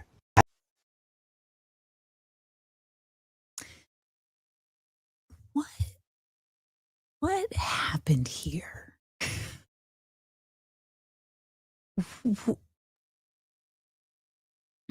First of all,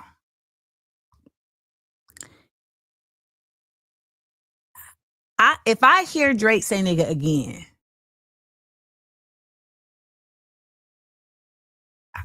it is grounds for it's grounds for, you know what? That's exactly, it is absolutely, what are we talking about?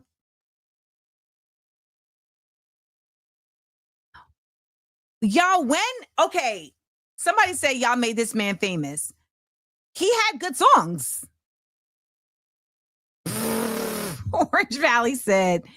Orange Moon said, Drake is in his Valley Girl era. Like Miss Mia says, he has to be on something other than his ego. I don't know. I don't know. What has to be a segment? Wait, what has to be a segment?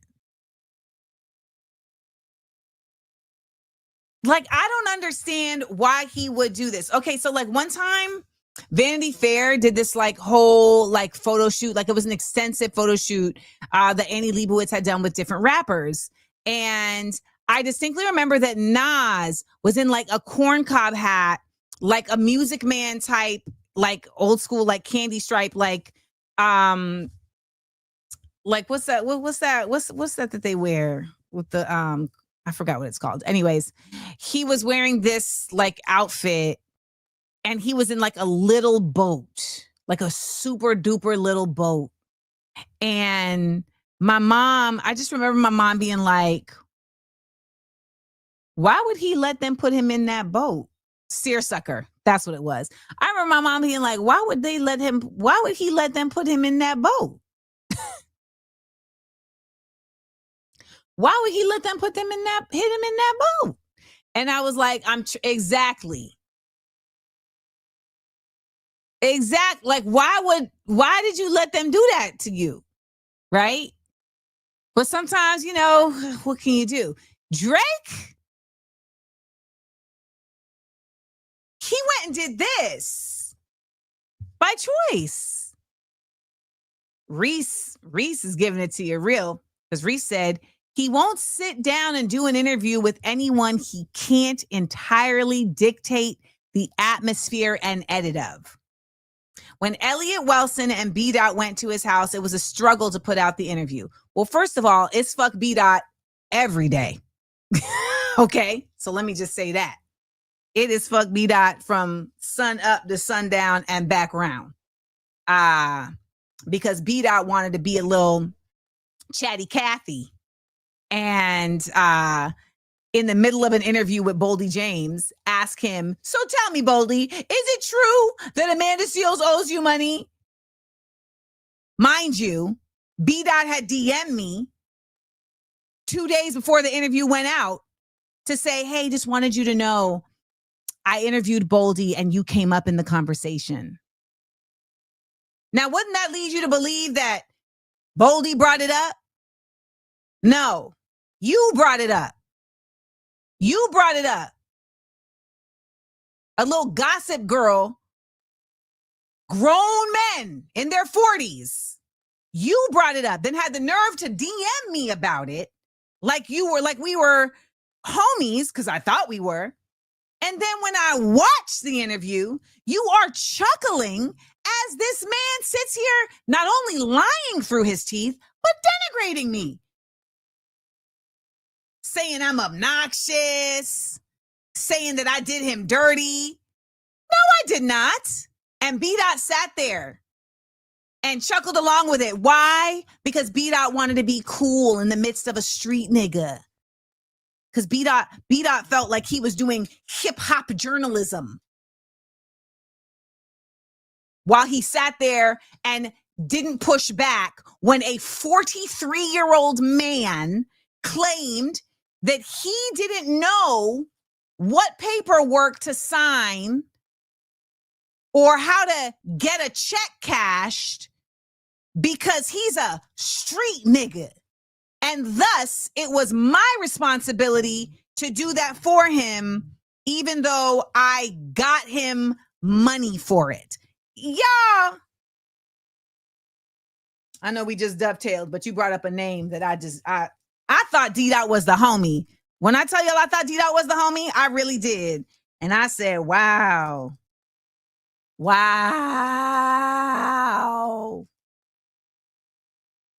I said, D-Dot, I really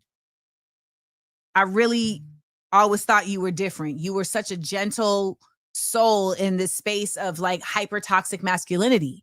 And he has this big smile. I said, I would always be happy to see your big smile across the room because I knew we were going to have a laugh together. We're going to have a joke. And I got to say, it hurt my goddamn feelings. It hurt my goddamn feelings to see him play me out like that. And he did not think there was anything wrong with it because I did approach him about it. And he said, Amanda, it's an interview. You're the one that put your relationship out there. And I want to take this moment to also point out, y'all, for those of you all who are creating content, everything is not content. Everything is not content. And it says a lot about you on what you determine is content. Are you a scavenger? Are you somebody who is picking up any pieces off the ground to try to turn it into something? That's not a look. Or are you an actual creator? Are you an alchemist? Are you somebody who can actually take something that may have even been created by someone else and expound upon it? That can expand it into other into interests for other audiences.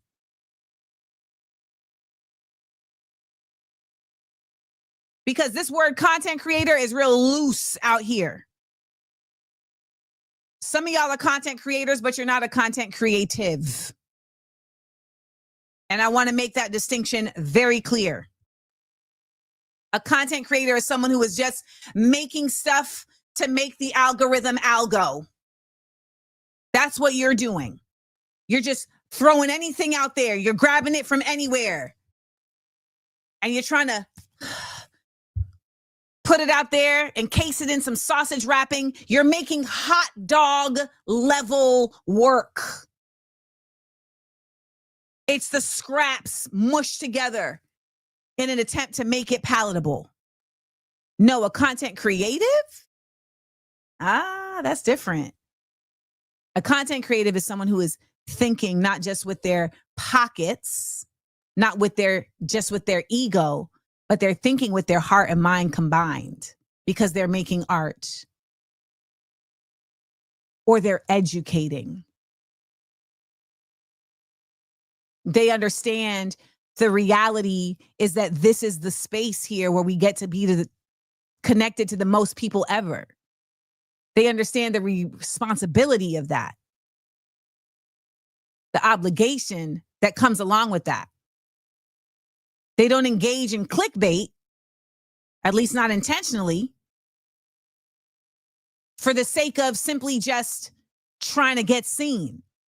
Now, they may use the faultyhood of the algorithm to get the right things seen that would not necessarily be seen by the algorithm. And I just call that savvy. But those of you like B. Dot who are so willing to just take any scrap from anywhere to be a piece of conversation, it's embarrassing for you. You were once a journalist, probably, or an actual artist. Maybe you wanted to be in theater. Maybe you were an aspiring actor, a comedian. And now you're here on this internet, basically picking up trash on the side of the road, picking up proverbial digital trash on the side of the road to bag it up and try and sell it to people. Shame on you. Shame on you. And when I see myself used for that purpose, I be like, look at you, corny capitalist ass. Just deplorable. Really.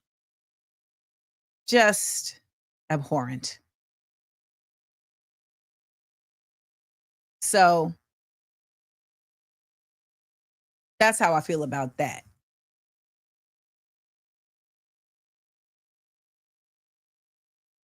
That's how I feel about that. Now, in some ways, we are not able to avoid being a part of capitalism because that is what it is to live in the United States. But you can avoid being a part of corny shit. Yes. Make the choice. Make that change. Now we have our guest Chi Osse coming on in a couple of minutes, but before that, I want to remind everybody who has been with us up until now that you can check out my one-woman show, What Would the Ancestors Say? It will be at the People's Forum this Saturday, it's not August no more. Woo, how'd that happen? Is this Saturday, September 6th? This Saturday, September 6th at the People's Forum. Go to peoplesforum.org if you want to reserve your seats. But if you want to simply just see the show for free, you don't got to do any of that. You can show up with your best self. And if you have someone under 18 and you want to reserve a seat, they can come through for the free ski. Now, it is the 1 o'clock hour. It's almost 1:30, and we didn't do our second roll call, so let's see who's still with us.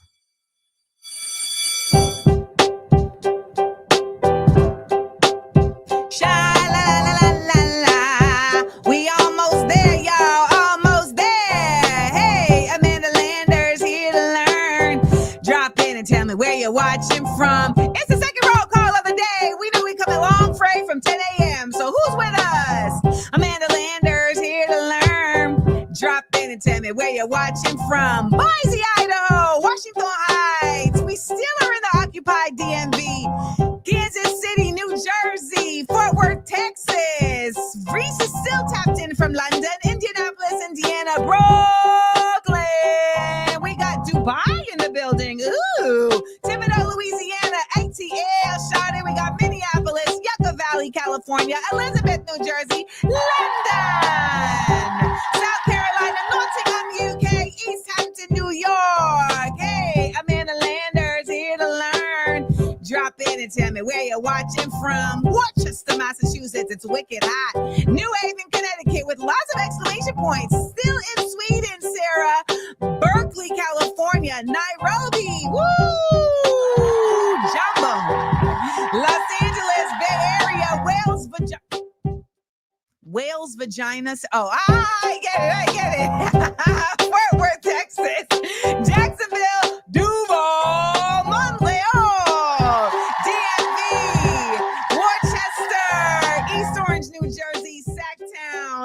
Thank y'all for hanging out. AmandaLanders here to learn. Thank you for telling me where you're watching from.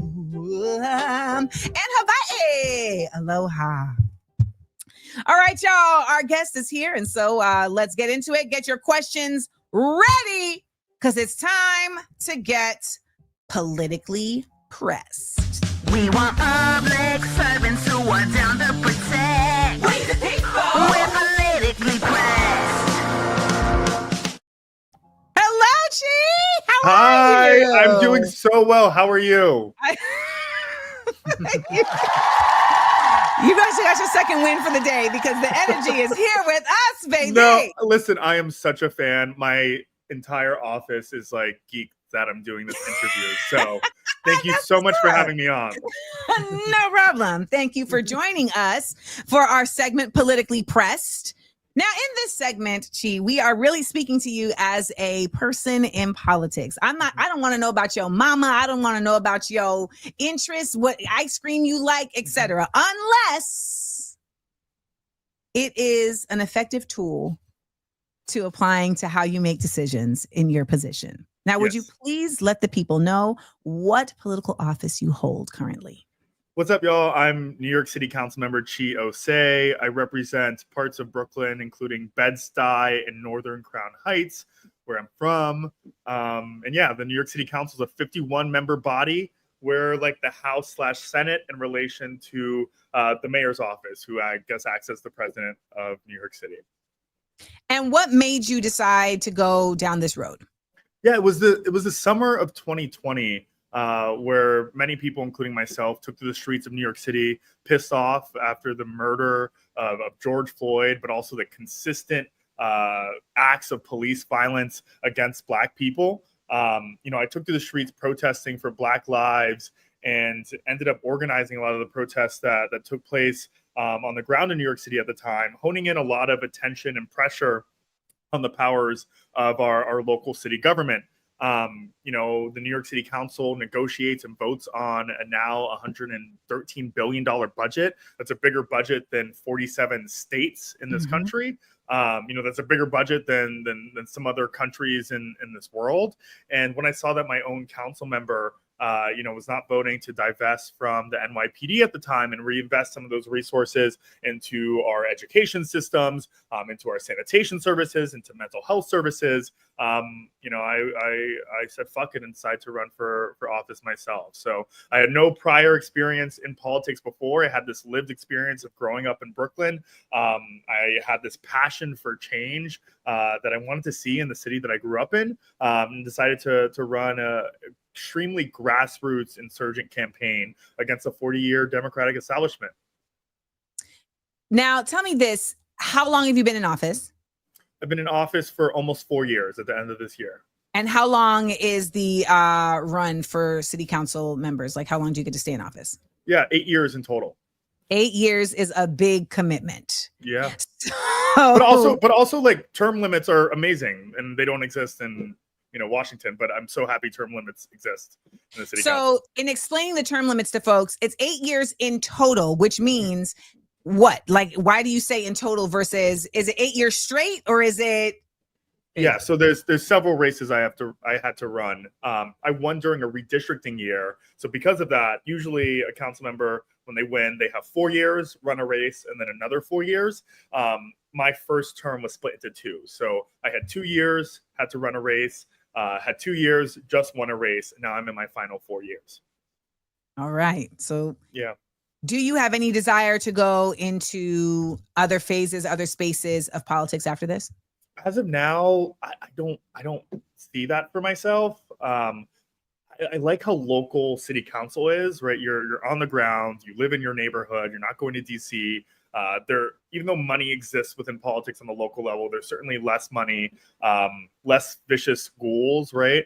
I think you have a lot of autonomy over what you want to do on a local level of government. Obviously, you experience a lot of the pitfalls that the federal government and the state government endure, which then flow into the local government. But I love walking around my neighborhood and being able to identify things that I can fix myself. I think a lot of people have a lot of distrust in democracy and government. But like when someone calls my office, rightfully so, absolutely rightfully so. But when someone, calls my office and they want a trash can on their corner and we're able to get them a trash can on their corner, that's, tangible change that they're seeing through the power of their vote, through the power of their tax dollars, and through the power of their own voice. So I think there's a rewarding part of local government that I really appreciate. I don't really see any future in higher office as of now. Really focused on making sure the next 4 years in the council goes smoothly. So what would be something really basic or menial that would be like the task of your office, and something that may be like a greater wish or hope for your office to achieve? Because people don't know how to utilize the city council member, what are the things that are kind of under their jurisdiction, et cetera.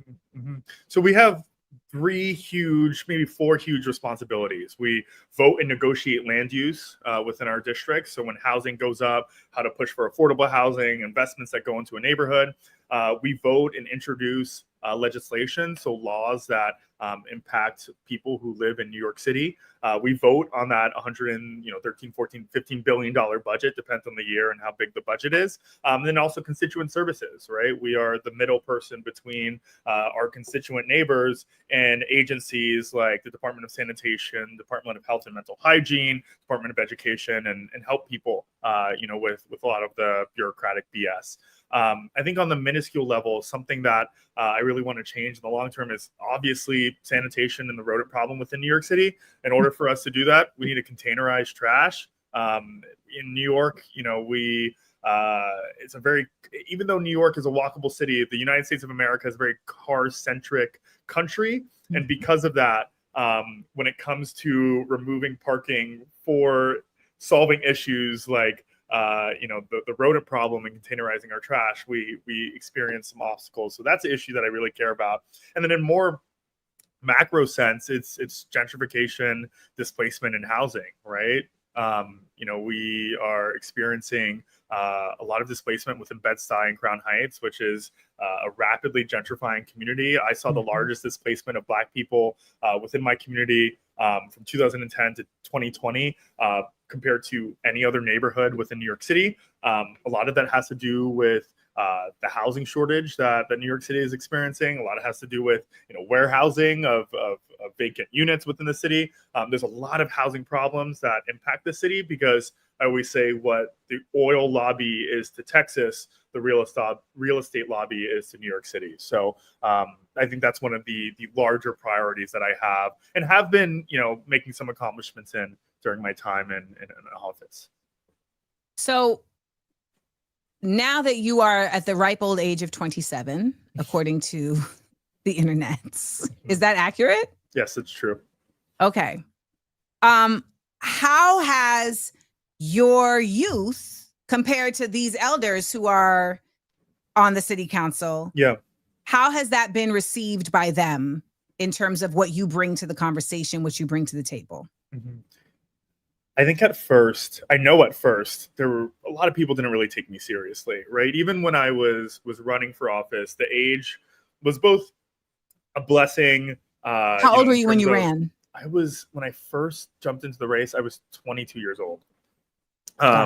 And people were saying I'm inexperienced and too green at government, which I thought was, and I still believe is a benefit to being in governance and not being attached to a lot of the bureaucratic again BS that slows our city down. And then when I got into office, I could tell that some people didn't take me seriously, right? And I felt that in terms of those who would support certain bills or not. How some of the conversations that I was left out on within the council, but I figured it out on my own on how to organize it my own way. And that was staying authentically true to who I am. And a lot of that has to do with my age. I grew up using social media and the internet, and I blended that with how I govern as an elected official by using TikTok and Instagram Reels as a means for political organizing. And last year I passed a bill that bans forced broker fees in New York City. So to those of you who are listening, broker fee is something that you pay a broker to move into an apartment. And in New York City, a broker fee can range from 15 to 30% of your annual rent. Mm-hmm. And in many cases, as a prospective tenant, you don't hire a broker, when you're looking for a home, but you still have to pay a broker fee, which I consider to be extremely unfair. Your landlord should pay a broker if they're choosing to hire a broker to find them a tenant. So, we beat a multi-million-dollar campaign from the real estate lobby to pass this bill that will ban forced broker fees in New York City. And I did that through social media, through this new school way of political organizing. And I think people started taking me a bit more seriously after that. Tell me more about the social media and new school way of organizing and how that differs from the way you've seen folks who have preceded you. Yeah, I think a big portion of my job as an elected official is, taking constituent calls, all the forced stuff that I told you, right? Like introducing bills, voting on budgets and whatnot. But the other half is communicating, right? Making sure that the people that you're representing are receiving that information. You could pass a bill that would technically put money into someone's pocket if they apply for this application here. But if that information of how to apply for that money isn't getting to the people, then what's the point of that policy, right? And I've always understood the power of communications and getting my voice and the voice of whatever I'm doing in government out to not only my constituents but the people of New York City. And years ago, like I think 3 years ago, I think I was one of the first people in politics who was like using, TikTok and Instagram Reels as a means for like grabbing this attention that already exists online and embedding it into, my type of politics and political organizing. And people were paying attention. The first video that I had that went viral was when I was organizing around the Rent Guidelines Board hearings in New York City. So the Rent Guidelines Board is a group of people who are appointed by the mayor who vote on how much rent goes up, basically, for those who are living in rent stabilized apartments in New York City, which is 45 to 50% of the people who live in New York City. And this board was appointed by, bum ass Eric Adams. So like there was a lot of people who were indebted to the real estate lobby, developers, property owners themselves, who were proposing a rent increase of 8 to 16%. And no one knew about this hearing, right? These are, and that's sometimes what government does, right? Have a hearing in the middle of the day, have no, strategy of how to get that information out to the people. And I made this video, it was under a minute, telling people how important it was for them to show up to this meeting. And, I went to one of these hearings prior to that video, and it was about 8 to 20 people who were at that hearing. And then after this video, it popped off, over 1,000 people showed up to testify at this hearing, right? Because they saw my video, and we were like doing some content online. Why are you here? Why are you here? Why are you here? We saw your video. We saw your video. We saw your video. And, rent still went up after the RGB voted, but instead of it being from 8 to 16%, it was 1 to 2% of an increase, which I still consider a win. But in the future, we were using social media to organize around this broker fee bill, having people show up to city council hearings they never showed up to before, calling their city council member who they just learned about, through my video. And it fared to be a really excellent tactic in pushing, a lot of ideals that I deem to be the right ideals, within New York City government. Zoran was very inspired by what I was doing in the social media space. I think he did an amazing job utilizing it during his campaign and currently. And I think it's a great direction that people with my politics should start doing if they want to be successful within this space. Speaking of Zoran, the Democrats, which is the party that you, according to the internets, are a part of. The Democrats are actively not endorsing him, the electoral Democrats, etc. So how does that work when you are a member of a party that is actively standing in the way of supporting someone who has been legitimately, well, he hasn't won yet, but he won thus far, who has been legitimately presented as the candidate for a Democrat? How do you as an individual, or do you exist as an individual in that conversation, or as a Democrat solely? Yeah, I think there's a differentiation sometimes between the establishment and folks who are registered with the party, right? Zoran himself, right, is registered with the Democratic Party, and they're refusing to endorse him. And it's mainly the establishment Dems who have refused to support our nominee, even though they were just talking about blue no matter who, for the past couple election cycles. It's bullshit, but it's unsurprising, right? If Cuomo won the primary and Zoran was running on a third party line, there would be a whole bunch of, the story would be completely different. Absolutely. I have so many issues with the Democratic Party.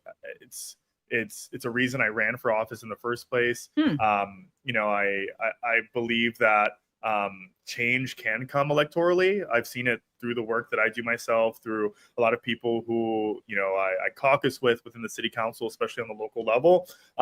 If people like me aren't running, and my opponent who won in 2021 won, I think my district wouldn't be as doing as well as it is right now, right? Or some bills wouldn't be passed that actually change and better the lives of working class New Yorkers, right? And that comes through electoral politics. I see a lot of my job as being a Democrat, an elected official within the Democratic Party, on changing what it means and means to be a Democrat, right? And showing effective policy that reflects our base and the working class. And frankly, a lot of people within this party, a lot of elected officials within this party are so detached by what the base actually wants from them. I mean, why do you think that is? Money, right? It's the oligarchy. It's those who are in their pockets. It's those who are funding them, right? That's the uniparty, right? The folks with money, right? And that's why, there was a poll that just came out on how many Democrats agree that, the genocide that's happening in Gaza is a genocide. Was like, I think it was like 77% of Democrats agree with that. But like, I think there's only like 11 Democrats in Congress that actually call it a genocide. So, I think the elected officials that are part of the Democratic Party don't share our complete values. I am an elected official that I think shares within the Democratic Party that shares a lot of values that the base really has. I think Zoran is a step in the right direction in terms of where our party needs to go. People are very receptive to that. Unfortunately, we are still working through a two-party system. And I have hope in terms of his past win, hopefully his future general election win, in terms of where we move as a party. How much have you had to change since being in this job? Mm-hmm. That's a good question, and I'm asked that often because really I am. Yeah, I mean, like, I think maybe, and I know on this show we're not talking about my personal life, but I think mainly people ask me that on the personal level, right? Okay. I haven't changed that much. I think I get criticized for not changing that much in terms of how I communicate to people. I don't know if you follow me on social media, but I'm really quick to cuss my colleagues out on social media, which I think I have bites me in the foot sometimes. But like, people are very responsive to this level of authenticity that I think I bring to politics. Mm-hmm. I remember when I first got elected, I was like suited and booted a bit more, and maybe speaking a bit more like what I thought was political and like politically correct. Please give me an example. I don't know. I just like dumbed down a lot of like my person. I mean, it wasn't like for that long, right? And then I had, I literally, people were responding more to me being outspoken. Mm-hmm. And I just completely leaned into that. And my base, my supporters, I think are really appreciative of that. I think it brings a lot of transparency to, I try to bring a lot of transparency to, how I govern. And I think people respond well to that. I think coalition building is definitely something that I've learned more about, right? I think sometimes in order to pass this broker fee bill, right? Yeah. I had to speak to people I didn't want to speak to, right? In order to get them to support this bill. And how were you able to get them to support it? Because they know that they know that you don't like them either. Yeah, that's true. I created some public pressure on the outside, right? So folks in the district were calling their offices, pushing them to sign on to the bill. And then I, consistently badgered them on how they could, become a sponsor. And I had those tough conversations with them that I did not want to have with people that knew that I didn't like them, that I didn't like myself. I think I'm a very stubborn person. Are you a Taurus? I am a Pisces. I don't know if there's any correlation there. But I've had those uncomfortable conversations with people that I really don't love their politics on a myriad of different issues, but understand that those conversations need to be had, and sometimes are respected depending on the person, in order to get their support on a piece of legislation. Would you consider yourself? Well, actually, what do you say is the difference between a politician and a public servant? I think a politician is like I think public servant is like the PR term used to describe a politician if a politician's saying it. Okay. Does that make sense? I think a public servant is someone who is complete. I mean, there are so many public servants. It's people working in city agencies, social services, people who don't necessarily have to be this figurehead in order to get the job that they receive, right? Politics is, especially in this country, like a pageant show, right? People want personality and something different with the person, right? Like I think it's the way we do politics in this country is so akin to what America is and has been.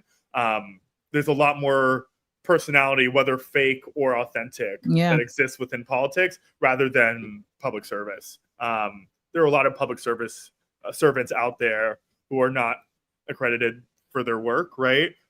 Because they're not politicians. Do you feel like you are a public servant or a politician? I believe I'm both, and I'm honest about that.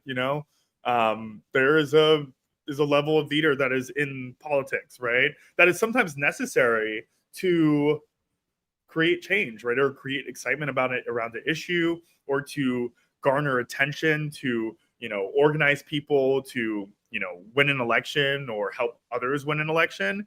So I do believe that part of me and a lot of like the social media, that aspect of it all is a level of politics. And then I'm yeah. I would disagree. Really? Yeah, that's not politics. That's actually public servitude. Like, you're doing that for the people. You're doing that with the goal of engagement, not just with engagement for your narcissism. I think with it's a engagement, bit of both, Fair. How would you define a politician? I would define a politician as like a figurehead for, different values and ideals. And, that's where we differ. Really? I think politician can mean a lot of different things. That's my definition of it, given who I am. The United States, within the context of the United States, the politician is. Okay, go ahead. I am a politician, though. You know what I mean? Like, I can't deny that part about me. I feel like that would be like, I would be lying and kind of being a politician to be like, I'm not a politician, I'm a public servant, right? I think politicians need to be honest with the fact that they are politicians. But I think it's a mix of both, right? I think there are many politicians, a majority of politicians, who I think encapsulate maybe what your definition of a politician is. What is your definition of a politician, by the way? My definition of a politician is somebody who is in a position of power to use those levers of power to keep them in a position of power.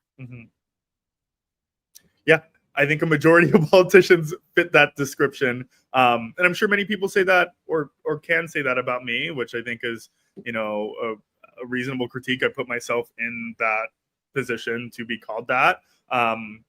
But I think a lot of politicians, or not a lot, but I consider myself to be a politician that is also a public servant, who also does the work and appreciates the work that I'm able to do. All right. Well, we got some questions for you from the people. Wonderful. So let's check it out. So Hema says, Mr. Osse, I'm pronouncing it correct, yes? Osse. Mr. Osse, how are you ensuring your citizens have fair rental prices? Are you capping rent increases? Yeah, I mean, capping rent is difficult. It's we're not able to do that on the city level. Rent caps tend to come from state government. I have been a huge advocate and supporter, even at some of these rent guidelines board meetings, to push for more rent stabilization within the city. In addition to that, I have approved thousands of units of affordable housing, and not, I think a lot of people are confused sometimes by the term affordable housing, but this is truly affordable housing that is built and made for people making, 6% of the average median income. So you could be making, $10,000 a year and still approved for the housing that I've approved with my office. We just approved an apartment building on Marcus Garvey and in Monroe, if you're aware of the area, where rents will be as low as $275. Wow. for folks who are previously homeless, folks who are working but cannot afford some of these market rate units. So rent capping is rather difficult to do on a city council level, but the production of deeply affordable housing is something that is under my portfolio that I have worked on during my tenure in office. Now, this might be a dumb question, but in the context of that building, does it have a traditional landlord, or is it city operated? So it's not city operated. It's a nonprofit. So it's like a public-private landlord, but it's a management company rather than a landlord. Yeah, so there'll be a super and building maintenance and things of that sort. Right. Okay, next question. Raul Rivera 4277 says, good afternoon, Councilman Osse. Being a representative for the people, why is it that anyone in representative positions has a higher salary than the people they are representing? Interesting. I think everybody should have a higher salary in various of the different jobs that they're doing. I will say that for what I do in my job, I'm working 7 days a week, and I am sometimes on call at all times of day. I think that I am compensated for my labor. I think everyone else should also be compensated for their labor justly. That's what I aim to do within the council. I'm currently working on a bill that's still deeply in the works that would attempt to create a 4-day work week within New York City. People still being paid as they would if they were working a 4-day work week. So I truly do believe in equity in pay. I hear you. I think there's a lot of politicians that are receiving that money who are not doing their job or even showing up to work, and that's a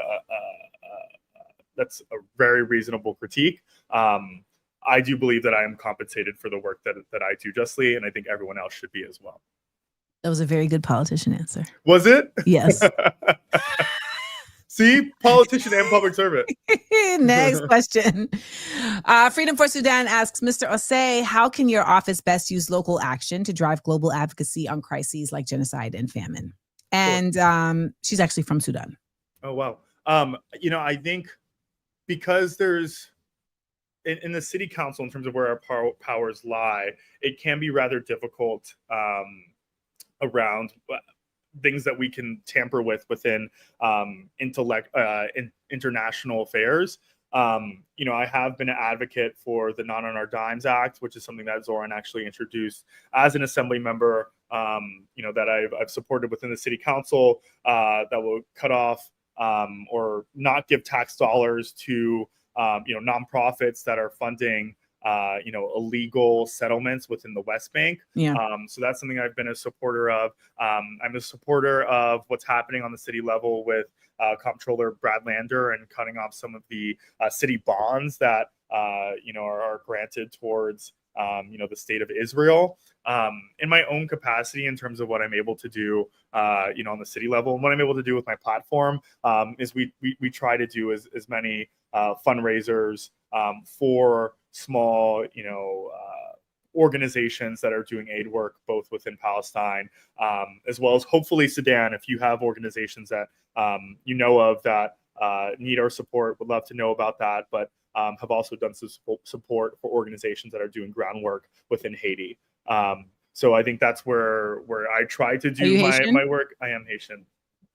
Where I try to do some of my work when it comes to international affairs, but there isn't that much power that I have within city council around some of those issues that don't pertain specifically to New York City.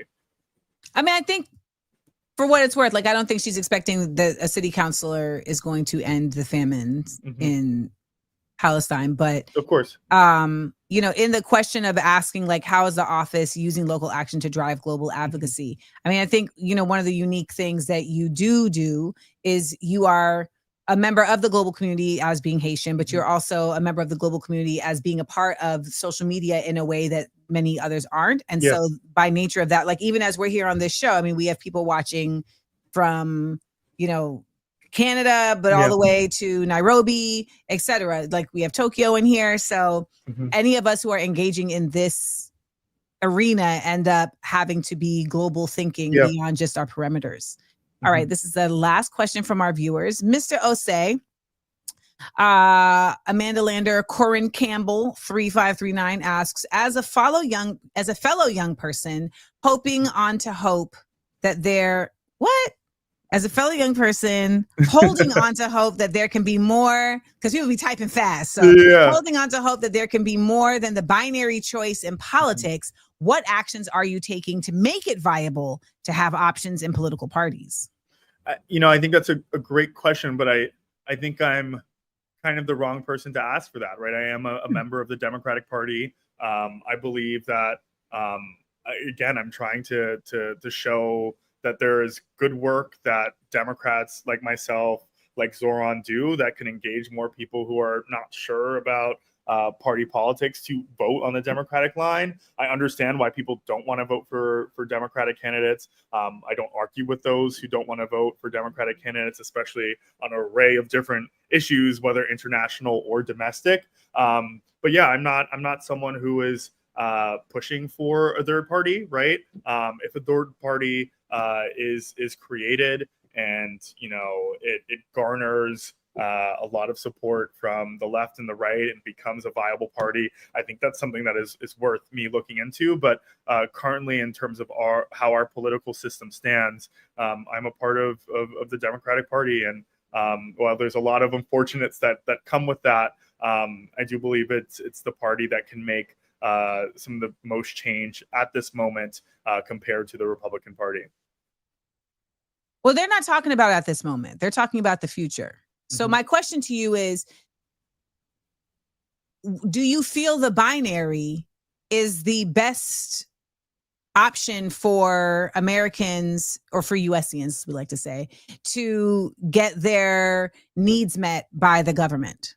I would love if we had more parties. I have no idea where that would even start, right? In terms of creating You just started it by saying that. That's a completely different response than you said 5 seconds ago. And it's important, right? Because it's important because so many of the reasons why you are a Democrat is simply because that's the only thing that was there for you to be. You're not going to be a MAGA. So you're like, well, this is the only other one. I mean, there's DSA and there's working families and, but they're all still a part connected. Of the Democratic Party. Yes. My worry is the split within, because I think I always see the two parties as obviously they're vastly different. I feel like Republicans and conservatives are more aligned because their answer to healthcare, their answer to racial justice, their answer to anything good is no, right? And they're unified on that response. I think the left and the Democratic Party as a whole is split on their yes and action steps towards some of these different issues. My worry in there being a creation of a new party, or taking actions to create a new party currently in my, where I am, is that there would be a split within an already fractured party against a fascist, authoritarian party that is in control of this country. I haven't seen, and maybe I can learn today. I haven't seen, the steps that have been taken on creating a new party in this country that have, perked my ears and piqued my interest. But I'm open to seeing that type of change in this country. I'm not sure which actions I can give someone advice on how to take, or the actions that I'm taking myself on creating that multi-party system within the country. I guess I'm just not there yet. Well, one thing I want to bring to the attention of you and the others in the comments who are saying it's going to split is that I think one of the ways that we're short-sighted when we talk about these binaries is that we act as if the United States is split, and we ignore the fact that there are many people in the United States who are in neither party.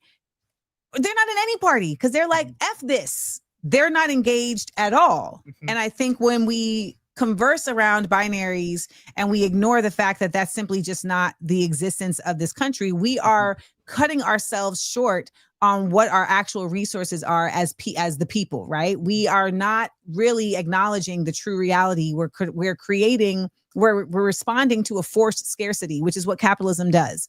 It does a false, fake scarcity that has us really just dealing with these two little crumbs as if there isn't a greater abundance at our disposal. And that really is out here in the United States and beyond, right? Because we also have so many Americans that don't live here, but that still vote here, but they don't see themselves needing to be a part of what's going on here anymore because they've escaped it.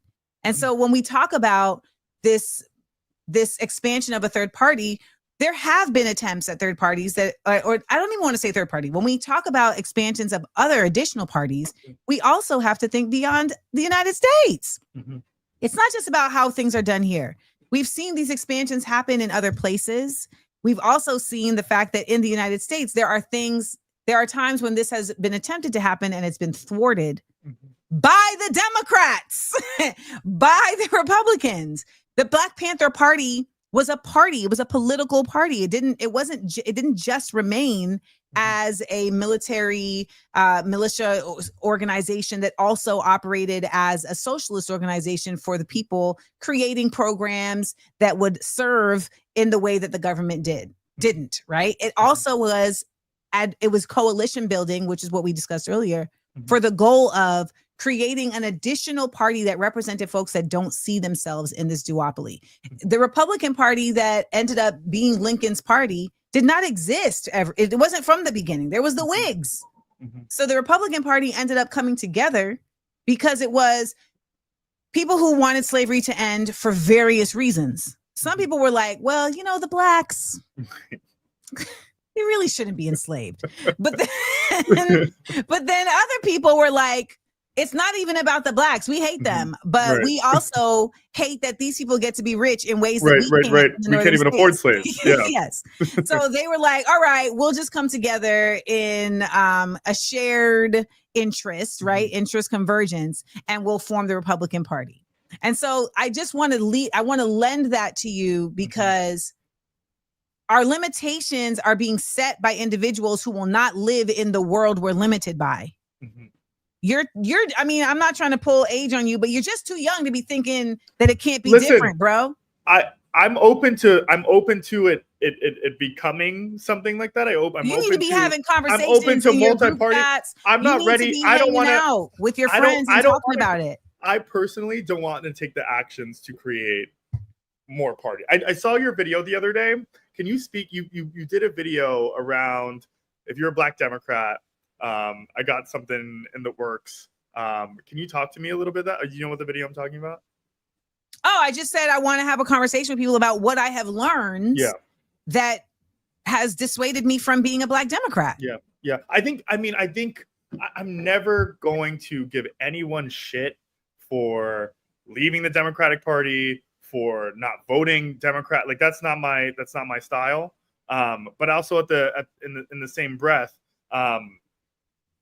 I don't see my life's work on creating that third or fourth party, but I'm open to seeing other people create something of that sort that could potentially bring me in. Yeah, I don't think anyone is trying to align you with a job. I think the thing about it though is that, and this is where the public servant politician thing happens, right? Like right now, you are in a job that is a political job, but just as a caring person of like the thing that got you there in the first place, that will not go away.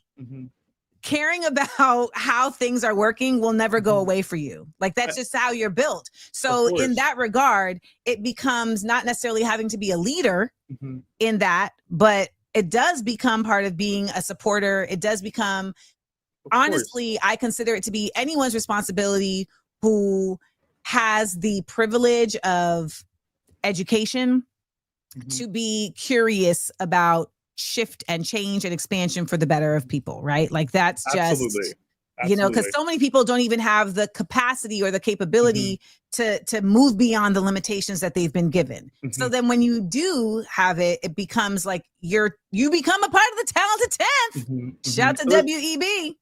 Listen, I'm interested. I'm open to it. I want folks to I think that's what people want to hear. To let me know. I think the question was what actions are you taking? And I guess there aren't really, aside from being open and to learning and to engaging in more of this, I guess there aren't any tangible actions that I'm making again to make it viable to have options in political parties. I wouldn't lie to someone and say that I'm making actions in that, but I'm open to hearing folks, out in terms of what that looks like, in terms of the strategy behind that. But also, like, I know a majority of us in the Democratic Party are doing terrible work or complacent or a part of the problem.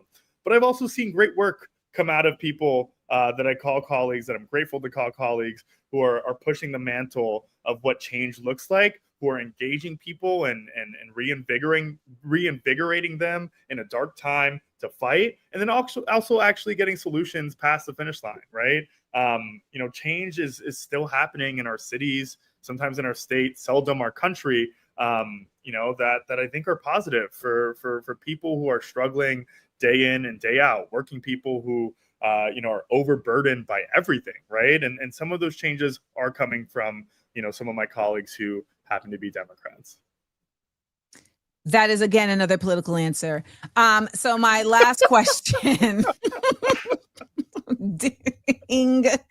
Oh, Lord. He's like, I'm not going to get no text from y'all today. No. And my last question is, how would you sum up the current state of the nation and what you feel like your role as an elected official, even on a local level, is? Yeah. In challenging that. We are in the first stage, moving into the second stage of fascism. It's a really dark time. It's often a dark time in this country, but it's another dark time in this country.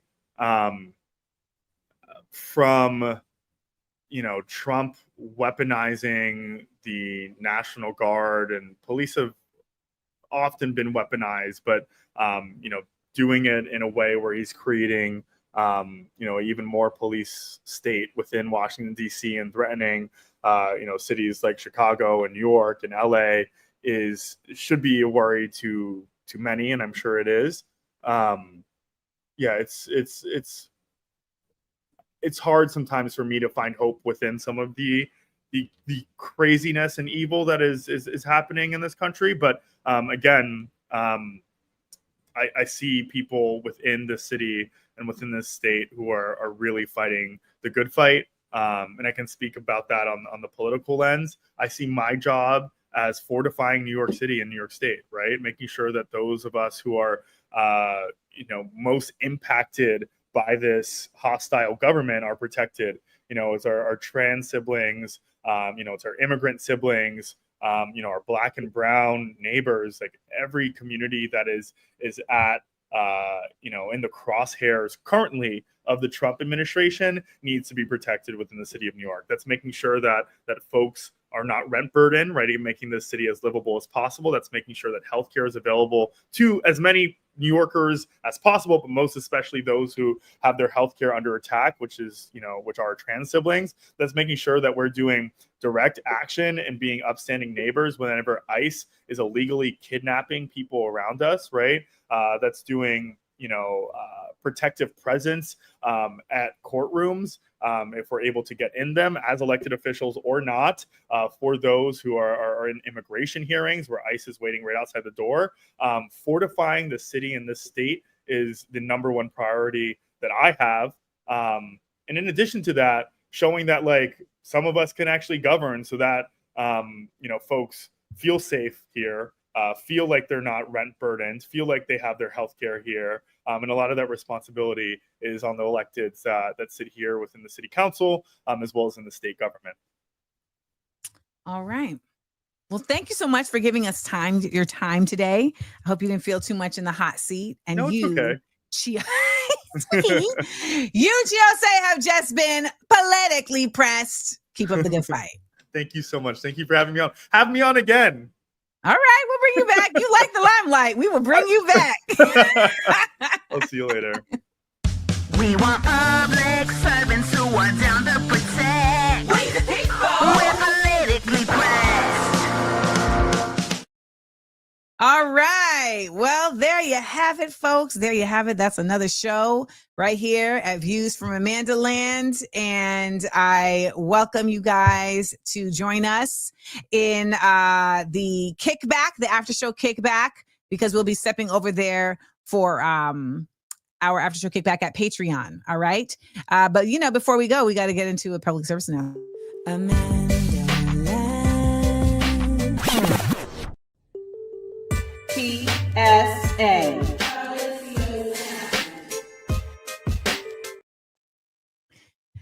So as I was saying earlier, I got a chance to watch some of the documentaries on Katrina this weekend. Katrina, Come Hell or High Water on Netflix. Katrina Babies on HBO, about the young people that came out of Katrina. This was dropped in 2022. And then Hurricane Katrina Race Against Time, which is from executive producer Ryan Coogler and Proximity Media. Also, National Geographic is a part of this, and this is on Hulu. I'm in the middle of that one right now.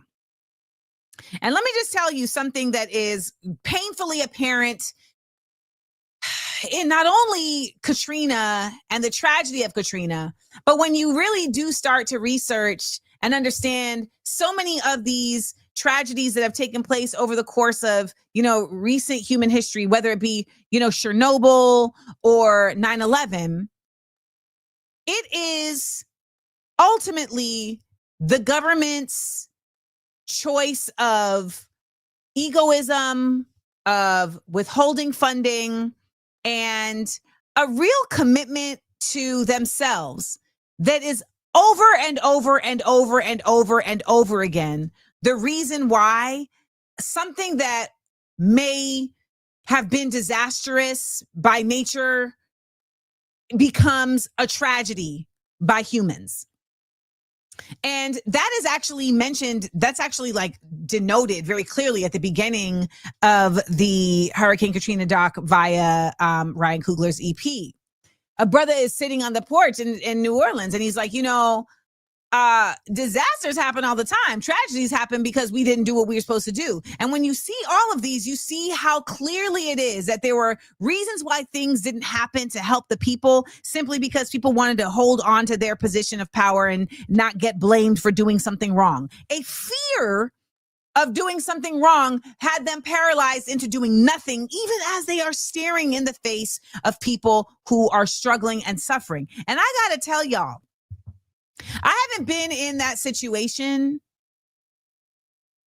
of power, but what I have seen is the difference between people who said, I cannot do nothing while people are suffering. I would rather fail trying than simply stand still in silence.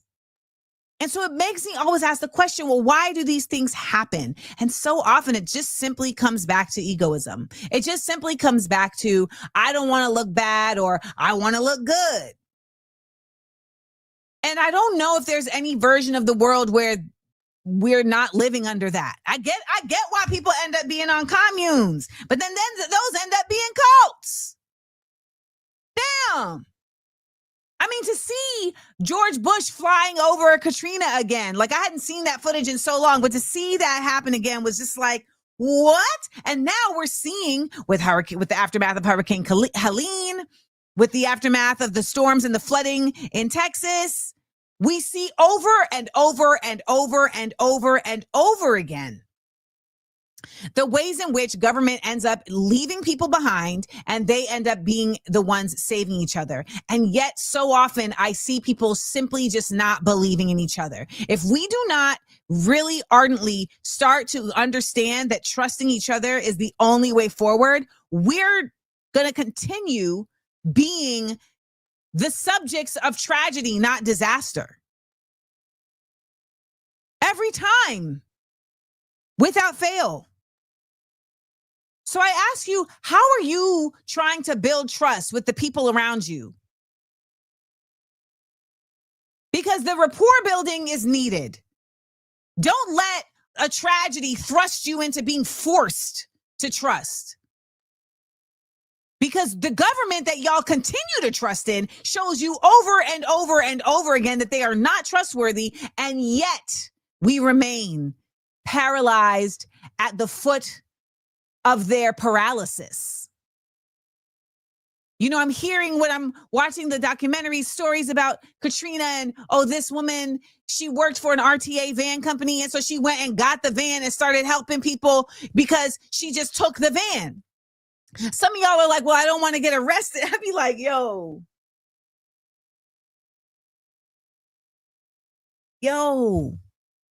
Chernobyl happened because someone akin to a city council member in a communist party, right? Because whether it's communism or socialism, you still have to have people who are a part of moving things forward, applying budget, etc.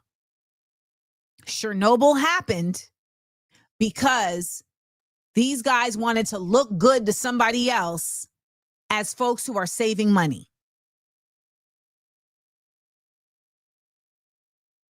Now, I don't know if in a world where capitalism didn't exist, would they still be trying to care about things like that? I don't know, because when you see stories about communist Russia, oftentimes you see the way corruption is still taking place, because ultimately, if people don't have enough, people don't have enough. But the other part of it is that some people simply just can't have enough.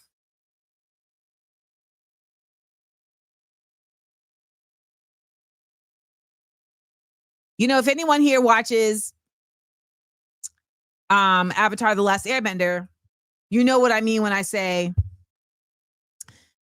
there is no war in Ba Sing Se. If anybody here watches Harry Potter, you know what I mean when I say Voldemort's not back.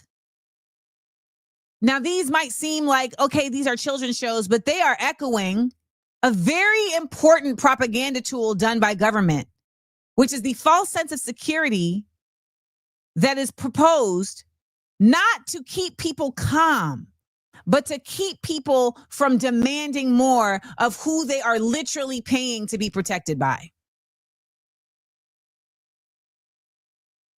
No. That false sense of security, what you don't know can hurt you. What you don't know can hurt you. And so we do have to continue to be made aware. Someone said do Star Wars, but I don't know that I know the version of that for Star Wars. But it's true. You know, when you see something, say something. And I think at the end, we always go, oh, wow. And there's always the ones who say, but I told y'all. I still cannot get over. I had such a distressingly annoying conversation the other day with somebody who was arguing with me that their opinion, which was unresearched and unexperienced, was just as valid about the Black Panthers as someone who was a Black Panther and who is an intellectual.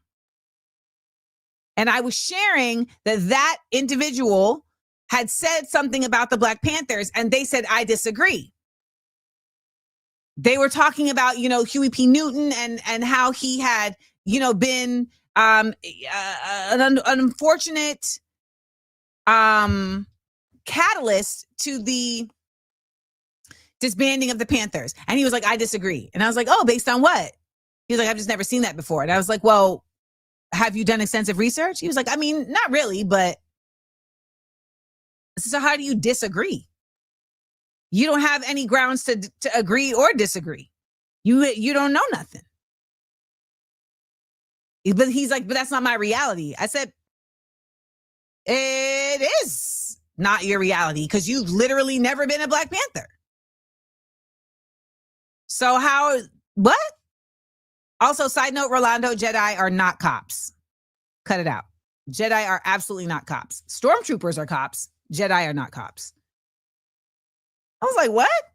And this ended up being like an extensive back and forth where I had to like convince somebody who is uninformed and inexperienced in a situation that this person who is informed and is experienced is a valid opinion more so than them.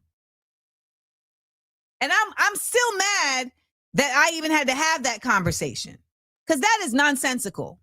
I just watched this jackhole RFK Jr. say that we need to stop listening to these doctors because these experts, we're just putting too much power in their hands. Now, is there something to be said for saying that you shouldn't question your doctor? Absolutely. You should be questioning your doctor and not questioning them in the sense of like trying to undermine, but you definitely want them to explain. You want them to inform. You want them to tell it to me like I'm a fifth grader. Yes. But RFK Jr., whose only credibility is that he's a K Jr., cut it out. And many of the men in your family are confirmed rapists. So, like, stop, please.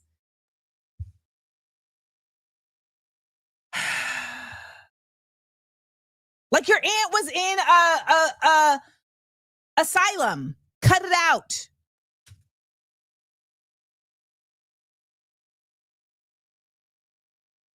We can't ignore truths being told by people who know the truth. And we can't ignore the truth when we see it. And we can't continue to allow folks who are in these positions to feel like getting the support of their superiors is more valuable than getting the support of the people. And that is why I'm constantly trying to do my best to advocate for y'all to understand how important it is that you advocate for yourselves instead of being asleep on the job. Because whether you are an elected official or not, your job is to keep this society going. And I know some of y'all don't like to think it is your job, but it is. We all have a job in a community. We all have a job in a society. Nobody gets to just check out indefinitely. But when it's functioning properly, everybody doesn't have to be doing the same job all the goddamn time.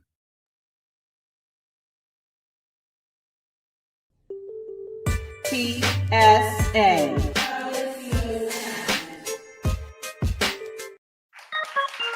Hey, come on now. What's up? What's up? Thank y'all so much for riding with me today. This was an interesting episode because, you know, Chi coming on at 1:30 definitely forced me to have to dig into my orator bag. But I did my best. I did my best. By the way, want to point out that Rachel Porter made a reference to Ahsoka Tano. And I want to point out that the voice of Ahsoka Tano on Clone Wars was voiced by Ashley Drain. Ashley Drain was a graduate of Dr. Phillips High School. That's right. Troop 4276. And was a member of my Critics' Choice Award-winning production of Cell Block Tango. They had it coming. They had it coming. So just always want to remind y'all that DP rides forever. DP. DP. Now, remember, I do this show every Wednesday, 10 a.m. Eastern, for the free ski. So y'all, it really matters when you drop supers in. So I want to thank everybody for contributing and dropping the super in the chat.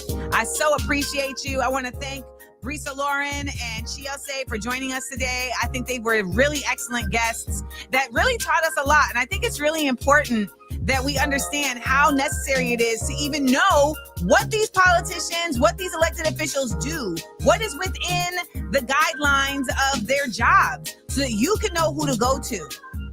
So shout out to Chi Osse. I think he did a good job sitting in the hot seat. You understand me? Because you saw my face. I was giving very seriousness. Because I didn't want things to get too chill. You know what I'm saying? Because the charisma will get you. The charisma will get you. Happy birthday, Jess. And shout out to everybody who is going to join us right now over at Patreon for the Views for AmandaLand kickback.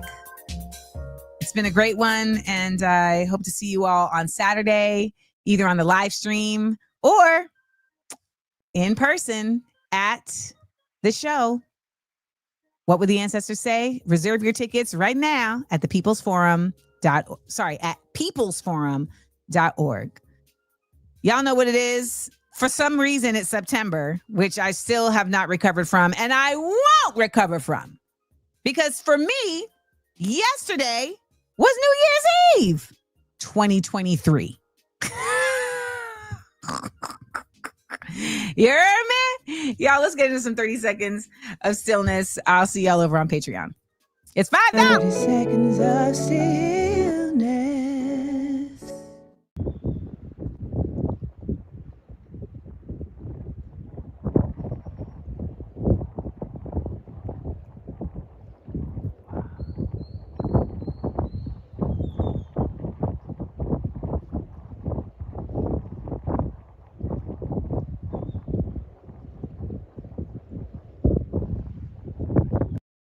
Amanda.